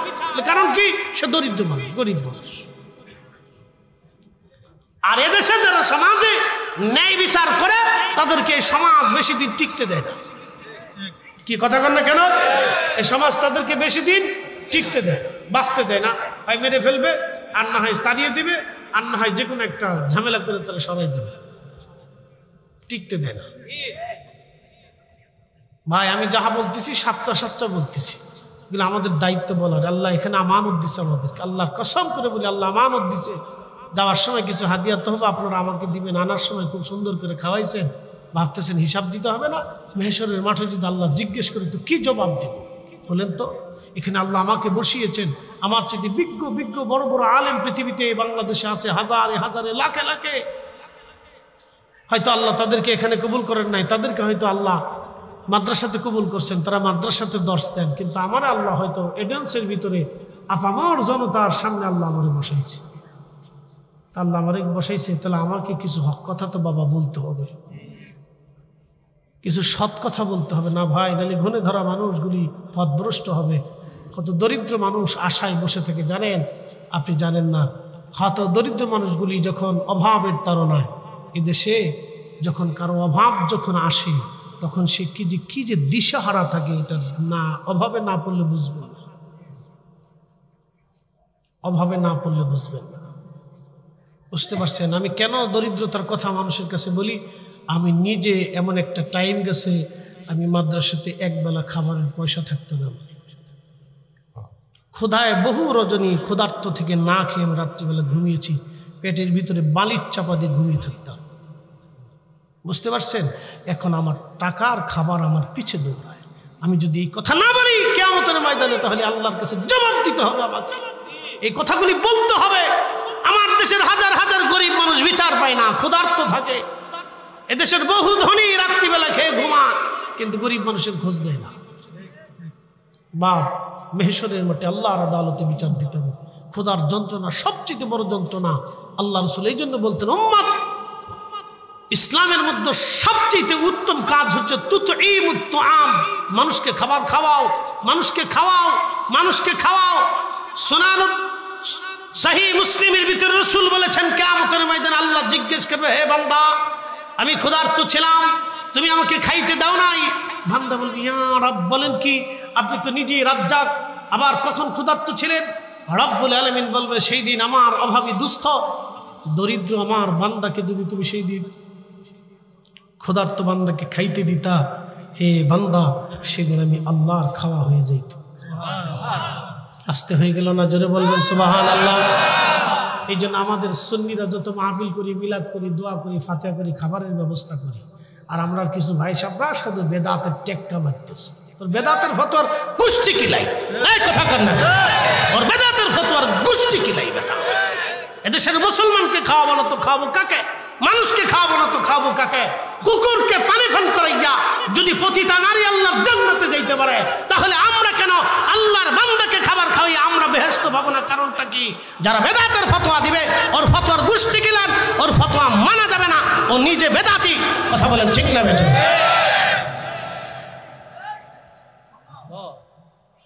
তাকবীর দেওয়া লাগবে না বেটা। ঠিক আছে কথা খারাপ কইছি ভাই? যা বলছি যুক্তি সম্পন্ন বলেছি। আল্লাহ কবুল করুক বলে না। আসেন আপনাদের ইচ্ছা আর ওয়াজের দিকে ফিরে যাই, নইলে সারা রাত খালি খুদ করবো। হুজুরে কইলাম, হুজুর কইল না। এক জায়গায় করছি না বিদে টেহাই দেওয়ার চাই না, শেষে হাদিয়া দিতাম না হুজুর। পরে না বললাম বিরাট জ্বালা, হাই হ্যাঁ কোন জ্বালায় মিটতে পড়ছি, কনা হুজুরে টেহা দিতাম না। বেটা কাইল দে অস্থির, হুজুর আমার এই ওয়াজ করলো না কেন? আমি হুজুরে আনছি দাওয়াত করে এই ওয়াজ করার লেগে। কি পাগলের পাগল। বুঝি এটা এশকে রসুলের একটা তাড়না। এই ওয়াজ শুনলে আপনাদের কলিজায় রসুলের এশকের ধাক্কা লাগে, এটা আমি বুঝি। এই ওয়াজে লক্ষ লক্ষ মানুষের হৃদয় বিগলিত হয়েছে, সর্বমহলের যারা আমাদের বিপরীত তারাও এই ওয়াজ শুনে কেঁদেছে। বলে অনেক সময় হেরে মেয়ে জড়াই ধরে বলতেছে, বলিদি ভাই কি ওয়াজ করলেন আপনি? আচ্ছা আব্দুল মজিদ সাহেব, এটা কি আবার বেদাত নাকি? না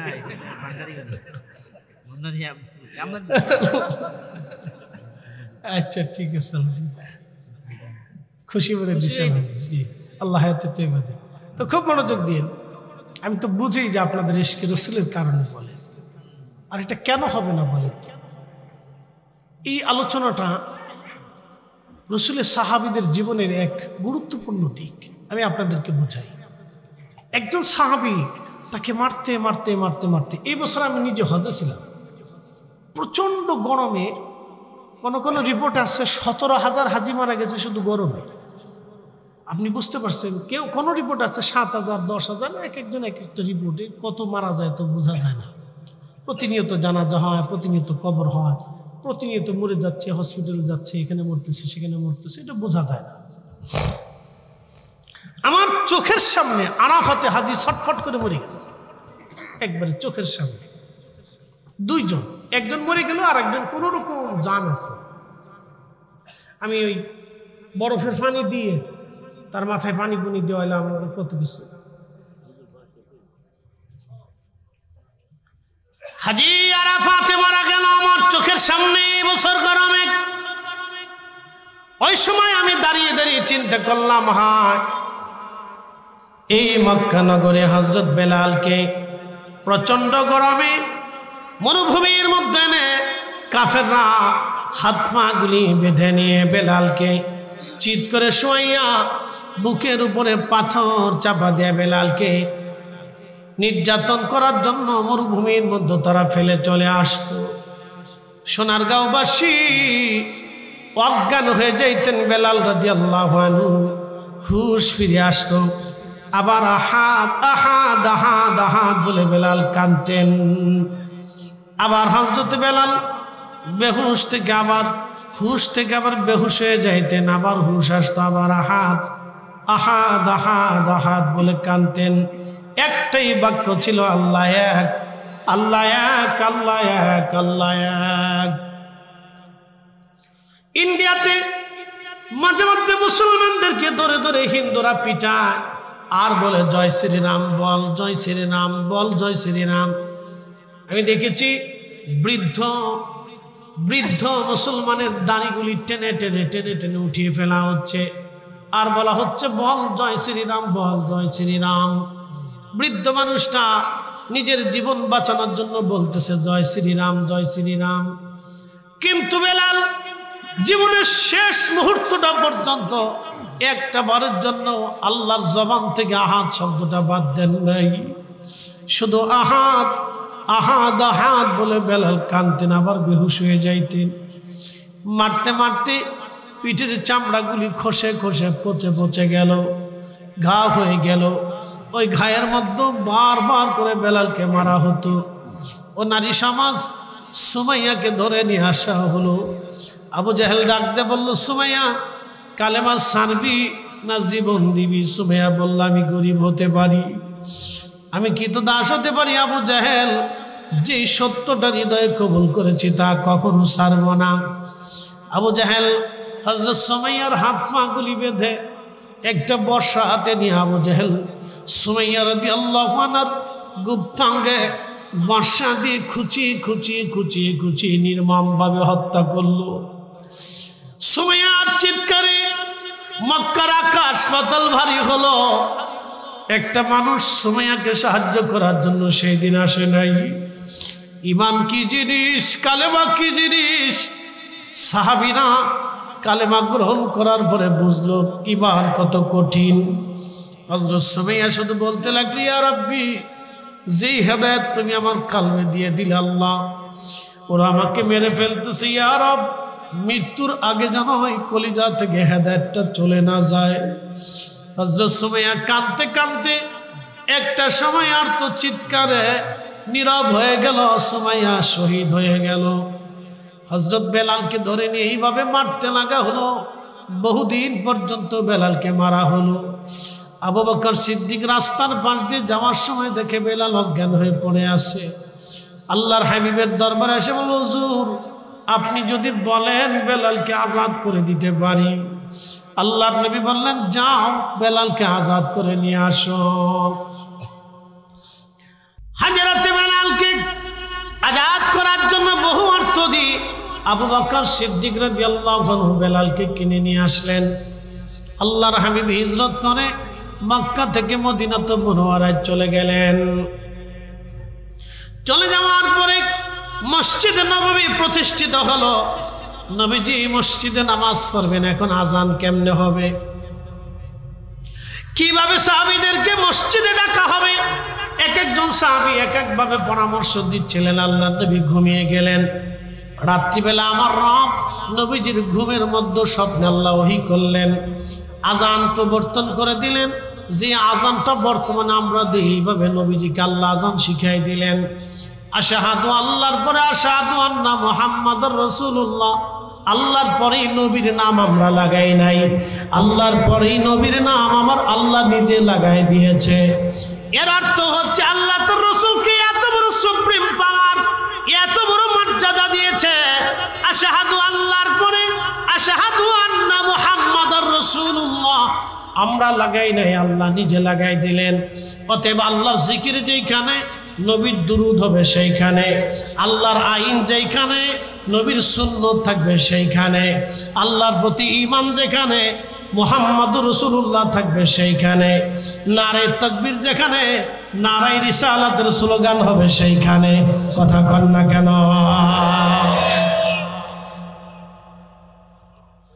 সোনারগাঁওবাসী মনোযোগ দিবেন। আজান এসে গেল। নবীজি বললেন, বেলাল, লাব্বাইকা ইয়া রাসূলুল্লাহ, তুমি যাও আজান দিবে। বনু নাজ্জার গোত্রের একটা মহিলার কোনো ছাদ ছিল, ওই ছাদের উপরে দাঁড়ায় বেলাল রাদিয়াল্লাহু আনহু আজান দিতেন। সেই ছাদের ওই অংশটুকুন এখনো মসজিদে নববীর ভিতরে পড়ে গেছে।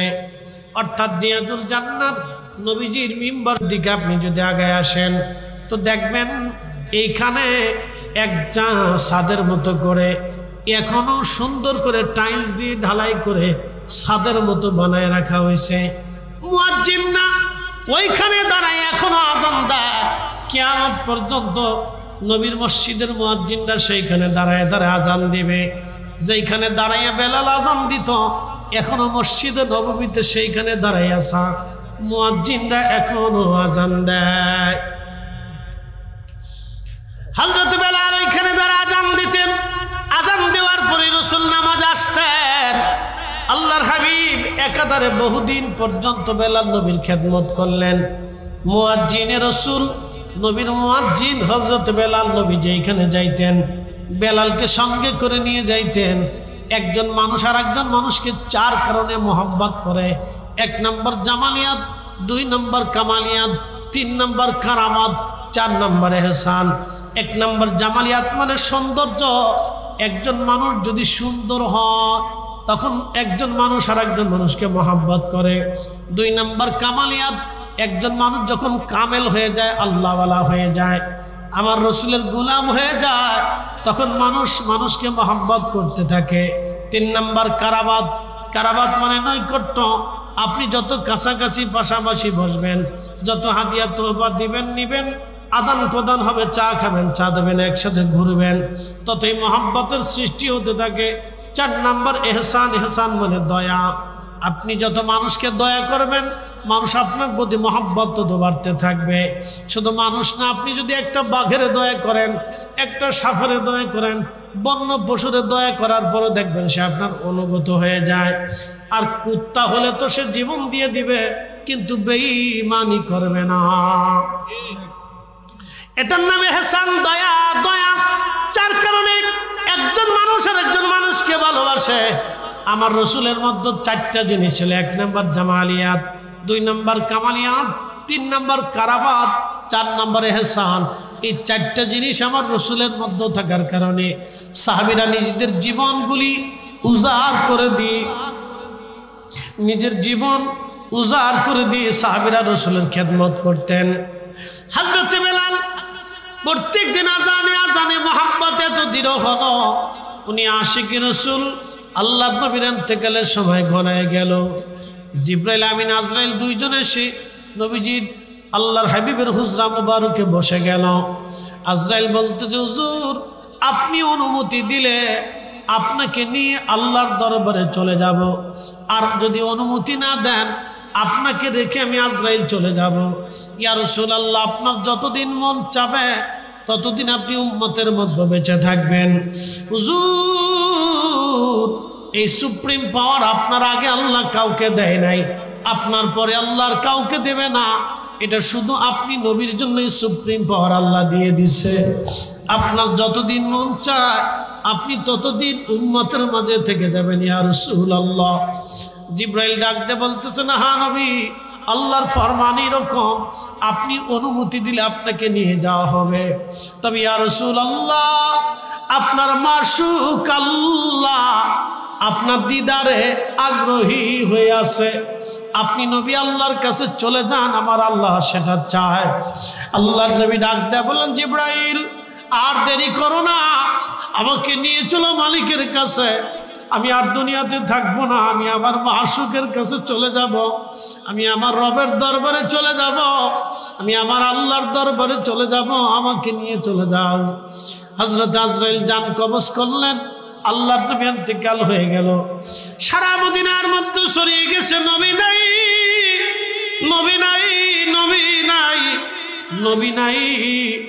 3 দিন পর্যন্ত মদিনার কারো ঘরের মধ্যে খাবার ছিল না। 3 দিন পর্যন্ত মদিনায় কারো বাড়ি রান্না হয় নাই। 3 দিন পর্যন্ত একটা বাচ্চা পর্যন্ত দুধ পর্যন্ত খায় নাই। কোলের বাচ্চারা পর্যন্ত দুগ্ধ সারান দিয়ে দিল। রসুল নাই, নবী নাই, কি করে বিরহ বেদনা সহ্য করবে সাহাবীরা? বৃদ্ধ সাহাবীরা, যুবক সাহাবীরা, কিশোর সাহাবীরা, বালক সাহাবীরা, আল্লাহর নবীর বিরহ বেদনায় মহিলা সাহাবীরা পাগল পাড়া হয়ে গেল। আল্লাহর নবীর একটা বাহন ছিল উট, কাসওয়া উট, মানুষের মতো কান্না করে দেখবেন। আল্লাহর নবীর ইন্তেকালের পরে কাসওয়া উট পাগল পাড়া হয়ে গেল। 3 দিন পর্যন্ত তারা কেউ পানি পান করাইতে পারে নাই। 3 দিন পর্যন্ত তারা কেউ খাবার খাওয়াইতে পারে নাই। এই উট 3 দিন পর্যন্ত কান্না করতে লাগলো। একটা পশু পর্যন্ত বিরহ বেদনা সহ্য করতে পারে নাই। তাহলে নিজেরাও বোঝেন তো সাহাবীদের হালত কি। হযরত বেলাল রাদিয়াল্লাহু আনহু পাগল পাড়া হয়ে গেলেন, তিনি আযান বন্ধ করে দিলেন। আর তিনি আযান দিতে পারেন না। ইমাম জাইলানী নাসবুর রায়ার মধ্যে লেখেন, হযরত বেলাল নবীর ইন্তেকালের পরে কোনোদিন আর তিনি একবারও আযান দেন নাই। শুধু একটা আযান তিনি দিয়েছিলেন। আল্লামা তাকিউদ্দিন সুবকি আশ-শিফাউস সাকামের মধ্যে লেখেন, আমার নবীর ইন্তেকালের পরে বেলাল আর কখনো আযান দেন নাই। একটা আযান তিনি মসজিদে নববীতে দিয়েছিলেন, আর একটা আযান তিনি বাইতুল আকসাতে দিয়েছিলেন। 2টা আযান জীবনে দিয়েছিলেন, এরপরে আর কখনো আযান দেন নাই।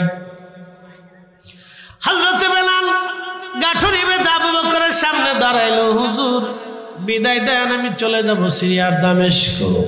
ইমাম জাইলানী নাসবুর রায়ার মধ্যে লেখেন, তখন বেলাল রাদিয়াল্লাহু তাআলা আনহু যখন বিদায় চাইল, আবু বকর অনেক কথা, পরে বেলাল তুমি থাকো, তুমি আযান দাও। আবু বকরকে বেলাল ডাকতে বলল, বেলাল, আবু বকর তুমি কি আমাকে কিনেছ তোমার নিজের জন্য না, আল্লাহর জন্য। বলে বেলাল রে, আমি তোমাকে কিনে আজাদ করেছি আল্লাহর জন্যে, আমার প্রতি তোমার প্রতি কোনো হক নাই, তোমার প্রতি আমার কোনো দায়িত্ব কর্তব্য নাই, তোমাকে স্বাধীন করে দিয়েছি। বলো। বেলাল বলল, আবু বকর, যেটা আমি পারবো না আমাকে অনুরোধ করবেন না, আমি আর আজান দিতে পারবো না, আমি অক্ষম, আমার দ্বারা এই আজান দেওয়া সম্ভব হবে না। কারণ সবাই বিরহ বেদনা সহ্য করতে পারে না। পৃথিবীতে বহু হাজি দেখবেন রওজা শরীফে যাওয়ার পরে, আমি নিজে চোখে দেখেছি 3 প্রকারের হাজি। এক প্রকারের হাজি রওজার মধ্যে ঢুকে রওজা শরীফের পাশ দিয়ে যাওয়ার সময় শুধু সালাম দিয়ে চলে যায়। আর এক প্রকারের হাজি রওজা শরীফ দেখলে অজর দ্বারাই চোখের পানি ফেলে ফেলে কান্না করতে থাকে আর অত্যন্ত আদবের সাথে সালাম দিতে থাকে। আর এক প্রকারের হাজি দেখছি রওজার পাশে দাঁড়ায় সেলফি তুলে। আহা, ও হাজি নিজেও জানে না এই মজলিসে আমার রসুল ঘুমানো আছেন, এই রওজা শরীফ আমার নবী জিন্দা, এই রওজা মোবারকে বসে নবী দেখে আমার কোন উম্মত আসছে, এই রওজা মোবারকে নবী দেখে আমার কোন আশিক আসছে, আমাকে কে সালাম দিল, আমার পাশে কে দাঁড়ায় গেল, আমার সাথে কে কথা বলে গেল, আমার সাক্ষাতে কে আসলো, আমার নবী রওজা মোবারক থেকে দেখে। এই জন্য আল্লাহ নবী বললেন, মান জারা কবরি ওয়াজাবাত লাহু শাফাআতি ইয়াউমাল কিয়ামাহ। দুনিয়াতে যে আমার রওজা জিয়ারত করবে, কিয়ামতের ময়দানে তাকে সুপারিশ করা আমি নবীর জন্য ওয়াজিব হয়ে যাবে। চিৎকার মেরে জোরে বলেন না ইয়া রাসূলুল্লাহ। আহা, আমি নিজে এই প্রকারের হাজি দেখছি, বাপরে বাপ, কত কোয়ালিটির হাজির রে ভাই। কোন হাজির আছে কোনো অনুভূতি নেই, আল্লাহ আকবার, হাজি চলে আসতেছে কোনো অনুভূতি নেই, শুধু সালাম দিয়ে চলে আসতেছে। সে ভাবেই না, বুঝতেই পারে না এখানে রাসূল করিম জিন্দা। আল আনবিয়া ওয়াহইয়াউন ফি কুবুরিহিম, নবীরা তার রওজাতে জিন্দা। রাসূল দেখে আমার কোন উম্মত আসলো, কে আমাকে সালাম দিবে। একসাথে বলবেন আল্লাহু আকবার। তো বেলাল বিরহ বেদনা সহ্য করতে না পারে তিনি চলে গেলেন, মদিনাতে থাকতে পারেন নাই। দেখবেন এ আমার দিকে তাকান, মা সন্তান মারা যাওয়ার পরে সবাই ভুলে যায়, কিন্তু মাটা ভুলতে পারে না। কথা ঠিক আছে না ভাই? ওই মা জানালার পাশে সন্তানের কবরের দিকে তাকায় বসে কাঁদে, মা সন্তানের জামা ধরে কাঁদে, সন্তানের খাটের পাশে বসে মা কাঁদে, ছেলেটার বই ধইরা মা কাঁদে, ছেলেটার কবরের পাশে দাঁড়ায় দাঁড়ায় মা কাঁদে। সবাই ভুলে যায় কিন্তু মা ভুলে না, ও মা কাঁদতে থাকে। কারণ কি? মায়ের দয়া বেশি। মাটা বিরহ বেদনা সহ্য করতে পারতেছে না। সে যে সন্তান ছেড়ে দিছে, সন্তান চলে গেছে, এই বিরহ মার সহ্য হচ্ছে না। কিন্তু মা চলে গেছে কবরে, সন্তান ভুলে গেছে, সন্তান মার কথা মনে নাই, কবরের পাশেও যায় না। আর শতান আজাজিলের পাল্লায় পড়লে তো দোয়াও ভুলে গেছে, দোয়াও মানে না। কি কথা কর না কেন? আহা, জিন্দিগি বরবাদ। কষ্ট হতেছে আপনাদের? বিবেক থেকে কিছু বুঝে যেতে হয়, সব কিছু দলিল থেকে হয় না, সব শুধু দলিল থেকে হয় না, বিবেক থেকে বুঝতে হয়। অনেকে বলে হুজুর আবেগ দিয়ে কি ধর্ম চলে? আবেগ ছাড়া ধর্ম হয় না। বাপরে, গোসলুল মালায়েকা হযরত হানজালা উহুদের যুদ্ধের ময়দানে বিনা গোসলে চলে গেলেন, দলিলে যায় নাই, আবেগে চলে গেছে। হযরত মালিক ইবনে সানানা রক্ত পান করেছিলেন, দলিলে না আবেগে। ওয়াসাল কারণী দাঁত ভেঙেছিলেন, দলিলে না আবেগে, আবেগে আবেগে। হযরত আবু বকর সিদ্দিক তার 5 বছরের একটা মেয়ে 50 ঊর্ধ্ব একজন রসুলের কাছে বিয়ে দিলেন। আচ্ছা বলেন তো, আমি যত সুন্দর বক্তা হই, আপনার 5 বছরের মেয়েটা আমার সাথে বিয়ে দিবেন? জীবনেও না, কোনো বাপ মেনেই দিবে না, বলে এটা অসম্ভব, হবেই না। আল্লাহ নবী বারবার বলেন, আবু বকর তোমার আয়েশা তো ছোট্ট। ইয়া রাসূলুল্লাহ, ছোট না বড় আমি বুঝি না, আমি চাই রসুলের সাথে আমার আত্মীয়তা হবে। ইয়া রাসূলুল্লাহ, আপনি বারবার বারবার অনুরোধ করেন, হুজুর কবুল করেন, হুজুর কবুল করেন, আমি আত্মীয় হতে চাই, আপনার সাথে আত্মীয়তা করতে চাই। বুঝতে পারছেন? হযরত আবু বকর দলিলে আম্মাজানকে রাসূলের সাথে বিয়ে দিতে যাননি, আবেগে গিয়েছিলেন, দলিলে না, আবেগে গিয়েছিলেন, আবেগে। মালিক ইবনে আনাস রাদিয়াল্লাহু আনহু মদিনার ইমাম, 80 বছর মদিনার সীমানার ভিতরে একটু থুতু ফেলেন। আমরা 8 দিনে কতবার থুতু ফেলছি, জুতা ছাড়া 1 মিনিট হাঁটতে পারি। আল্লাহু আকবার। তিনি 80টা বছর মদিনায় জুতা পরেন, 80 বছর পায়খানা পেশাব করেন, 80 বছর থুতু ফেলেন। লোকেরা জিজ্ঞেস করলো, ইমাম কোন দলিলে? উনি কোনো দলিল দেন নাই। এত বড় শরীয়তের একজন প্রণেতা, আপনি একটু চিন্তা করেন। উনি পৃথিবীতে 4 ইমামের এক ইমাম, মুস্তাহিদ তবকার প্রথম মুস্তাহিদ, উনি মুস্তাহিদদের প্রথম তবকার মুস্তাহিদ, 4 ইমামের এক ইমাম। কোরআনেরও দলিল দিলেন না, হাদিসেরও দলিল দিলেন, একটা দলিল দিলেন, যেই মাটির নিচে রসুল ঘুমায়, আমি কি করে সেই মাটির উপরে পেশাব করব, পায়খানা করব, জুতা পরব, থুতু ফেলবো? আমি ইমাম মালিকের দ্বারা সেটা সম্ভব হবে না। একসাথে বলবেন না আল্লাহু আকবার। দলিলে না ভালোবাসা? একসাথে বলেন, দলিলে না ভালোবাসায়? ভালোবাসায়, ভালোবাসা, দলিলে না ভালোবাসা, আবেগে। আবেগ দিয়ে ধর্ম হয় না, আবেগ ছাড়া রসুলের প্রেম হয় না, আর রসুলের প্রেম না হইলে ঈমান হয় না। কি কথা কর না কেন? রসুলের প্রেম না হইলে কি হয় না? ঈমান হয় না। রসুলের প্রেম হবে, ঈমান হবে, প্রেম হবে না, ঈমান হবে না।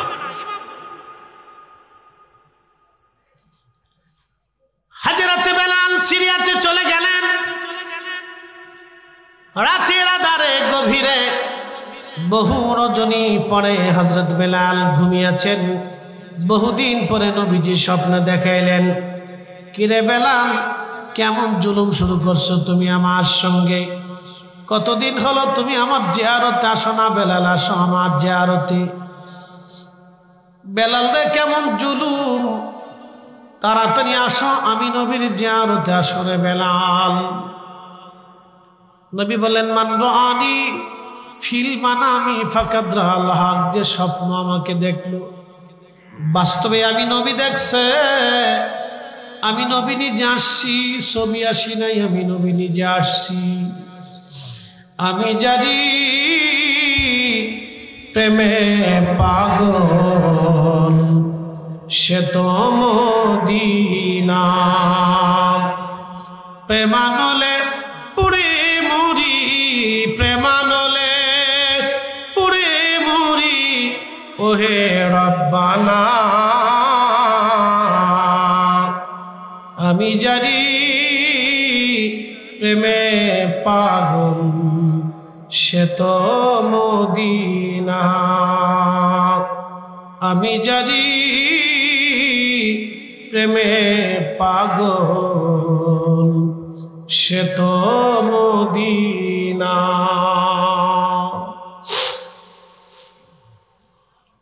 হযরত বেলাল স্বপ্ন দেখতেছে, রাসূল স্বপ্নের মধ্যে সে বললেন, বেলাল আসো। হযরত বেলাল আর স্থির থাকতে পারেন নাই, সুদূর সিরিয়াত থেকে রওনা দিয়ে হযরত বেলাল রাদিয়াল্লাহু তাআলা আনহু তিনি মদিনাতুল মুনাওয়ারায় চলে আসলেন। তখন রওজা শরীফ কাঠের জালি দিয়ে সুন্দর করে ঘিরে রাখা ছিল। রওজা শরীফের পাশে বসে বসে রওজা শরীফের সঙ্গে মাথা ঠেকায় বেলাল কাঁদতেছে। ইমাম সুবকি লিখলেন, মাথা ঠেকাইয়া বেলাল কাঁদতেছিল, দুলাবালিগুলি মাথার মধ্যে মাখাইতেছিল। আর বেলাল কান্দার বলে, হুজুর, গোলাম আপনার কদম মুবারকে হাজির হয়ে গেছে। আপনি আসতে বলেছিলেন, আমি আসছি। আপনি আমাকে ডাকছিলেন, আমি আসছি। গোলাম আপনার কদম মুবারকে হাজির, গোলাম আপনার কদমে হাজির হয়ে গেছি ইয়া রাসূলুল্লাহ। বেলাল রাদিয়াল্লাহু আনহু রওজা শরীফের পাশে জানি মুবারকের সঙ্গে মাথা ঠেকায় ঠেকায় কাঁদতেছিল। নতুন মুয়াজ্জিন এসে দেখলাম, নবীর মুয়াজ্জিন বেলাল বসে বসে চোখের পানি ফেলে ফেলে কান্দে। নতুন মুয়াজ্জিন ডাক দেখে সাহাবীরা শুনছ, নবীর মুয়াজ্জিনের রাসূল বেলাল আমাদের মাঝে ফিরে আসছে। নবীর মুয়াজ্জিন কান্দে, সাহাবীরা এসে দেখে বেলাল বসে বসে কান্দে। বেলালের কান্না দেখে সাহাবীরাও চোখের পানি ফেলে ফেলে গুন গুন করে কান্না করে। কারণ রাসূলের বিরহ বেদনা এত কঠিন, আল্লাহর নবীর বিরহ বেদনা এত কঠিন ছিল, সাহাবীরা নিজেদেরকে স্থির রাখতে পারতেছিল না। বেলাল কান্দে, সাহাবীরা কান্দে। সাহাবীরা বারবার বলল, বেলাল রে আজানটা দাও। বেলাল ডাক ডাকে, সাহাবীরা আমি যেটা পারবো না আমাকে সেটা অনুরোধ করো না, আমি আজান দিলে নবী আসতাম, আমি কারে আজান শোনাবো? আমার নবীর ইন্তেকালের পরে আমি কখনো আর আজান দেই নাই, আমি নিয়ত করছি সাহাবীরা রে কখনো আর আজান দিব না, আমাকে অনুরোধ করো না রে সাহাবীরা। সাহাবীরা ডাক দিয়ে বলল, আমাদের কথায় বেলাল আজান দিবে না, যাইয়া দেখো হাসান আর হুসাইন ঘরের মধ্যে আসেনি। 7 নম্বর গেট বাবু সালাম দিয়ে একটা দরজা দিয়ে আপনি হেঁটে হেঁটে যদি চলে যান, দেখবেন একটা মসজিদ আছে, মসজিদ আলী। আসলে এটা মসজিদ ছিল না, হযরত ফাতেমার বাড়ি ছিল, মসজিদ বানায় রাখা হয়েছে। এখানে ফাতেমা হাসান হোসেনকে নিয়ে থাকতেন। সাহাবীরা এখান থেকে হাসান হোসেনকে নিয়ে আসলেন। দেখতে আমার রসুলের চেহারার মতো ছিল, 2 ভাই নানার চেহারা পাইছিলেন। ইমাম হাসান হুসাইন যখন রওজা শরীফের পাশে এসে দাঁড়ায় গেলেন, বেলাল রওজা শরীফ থেকে উঠা ইমাম সুবকি আর শিফাউস সাকামের মধ্যে লেখেন, ইমাম হাসানের বুকের মধ্যে মাথা ঢাকাইয়া গুন গুন করে জড়ায় ধরে কাঁদতেছে। আবার ইমাম হুসাইনের বুকের মধ্যে মাথা ঢাকায় কান্দে। ইমাম হাসান ডাক দে বলো, নানার মুয়াজ্জিন যেই লাহান দিয়া এই মসজিদে আজান দিতা, নানারে শোনাইতা, নানার মুয়াজ্জিন আজকে মিনারাই যাও, আমাদেরকেও একবার আজান শোনাইয়া যাও। প্রিয় উপস্থিতি, হযরত বেলাল এই সময় চুপ থাকতে পারেন নাই, স্থির থাকতে পারেন নাই, তিনি দৌড়ায় চলে গেলেন।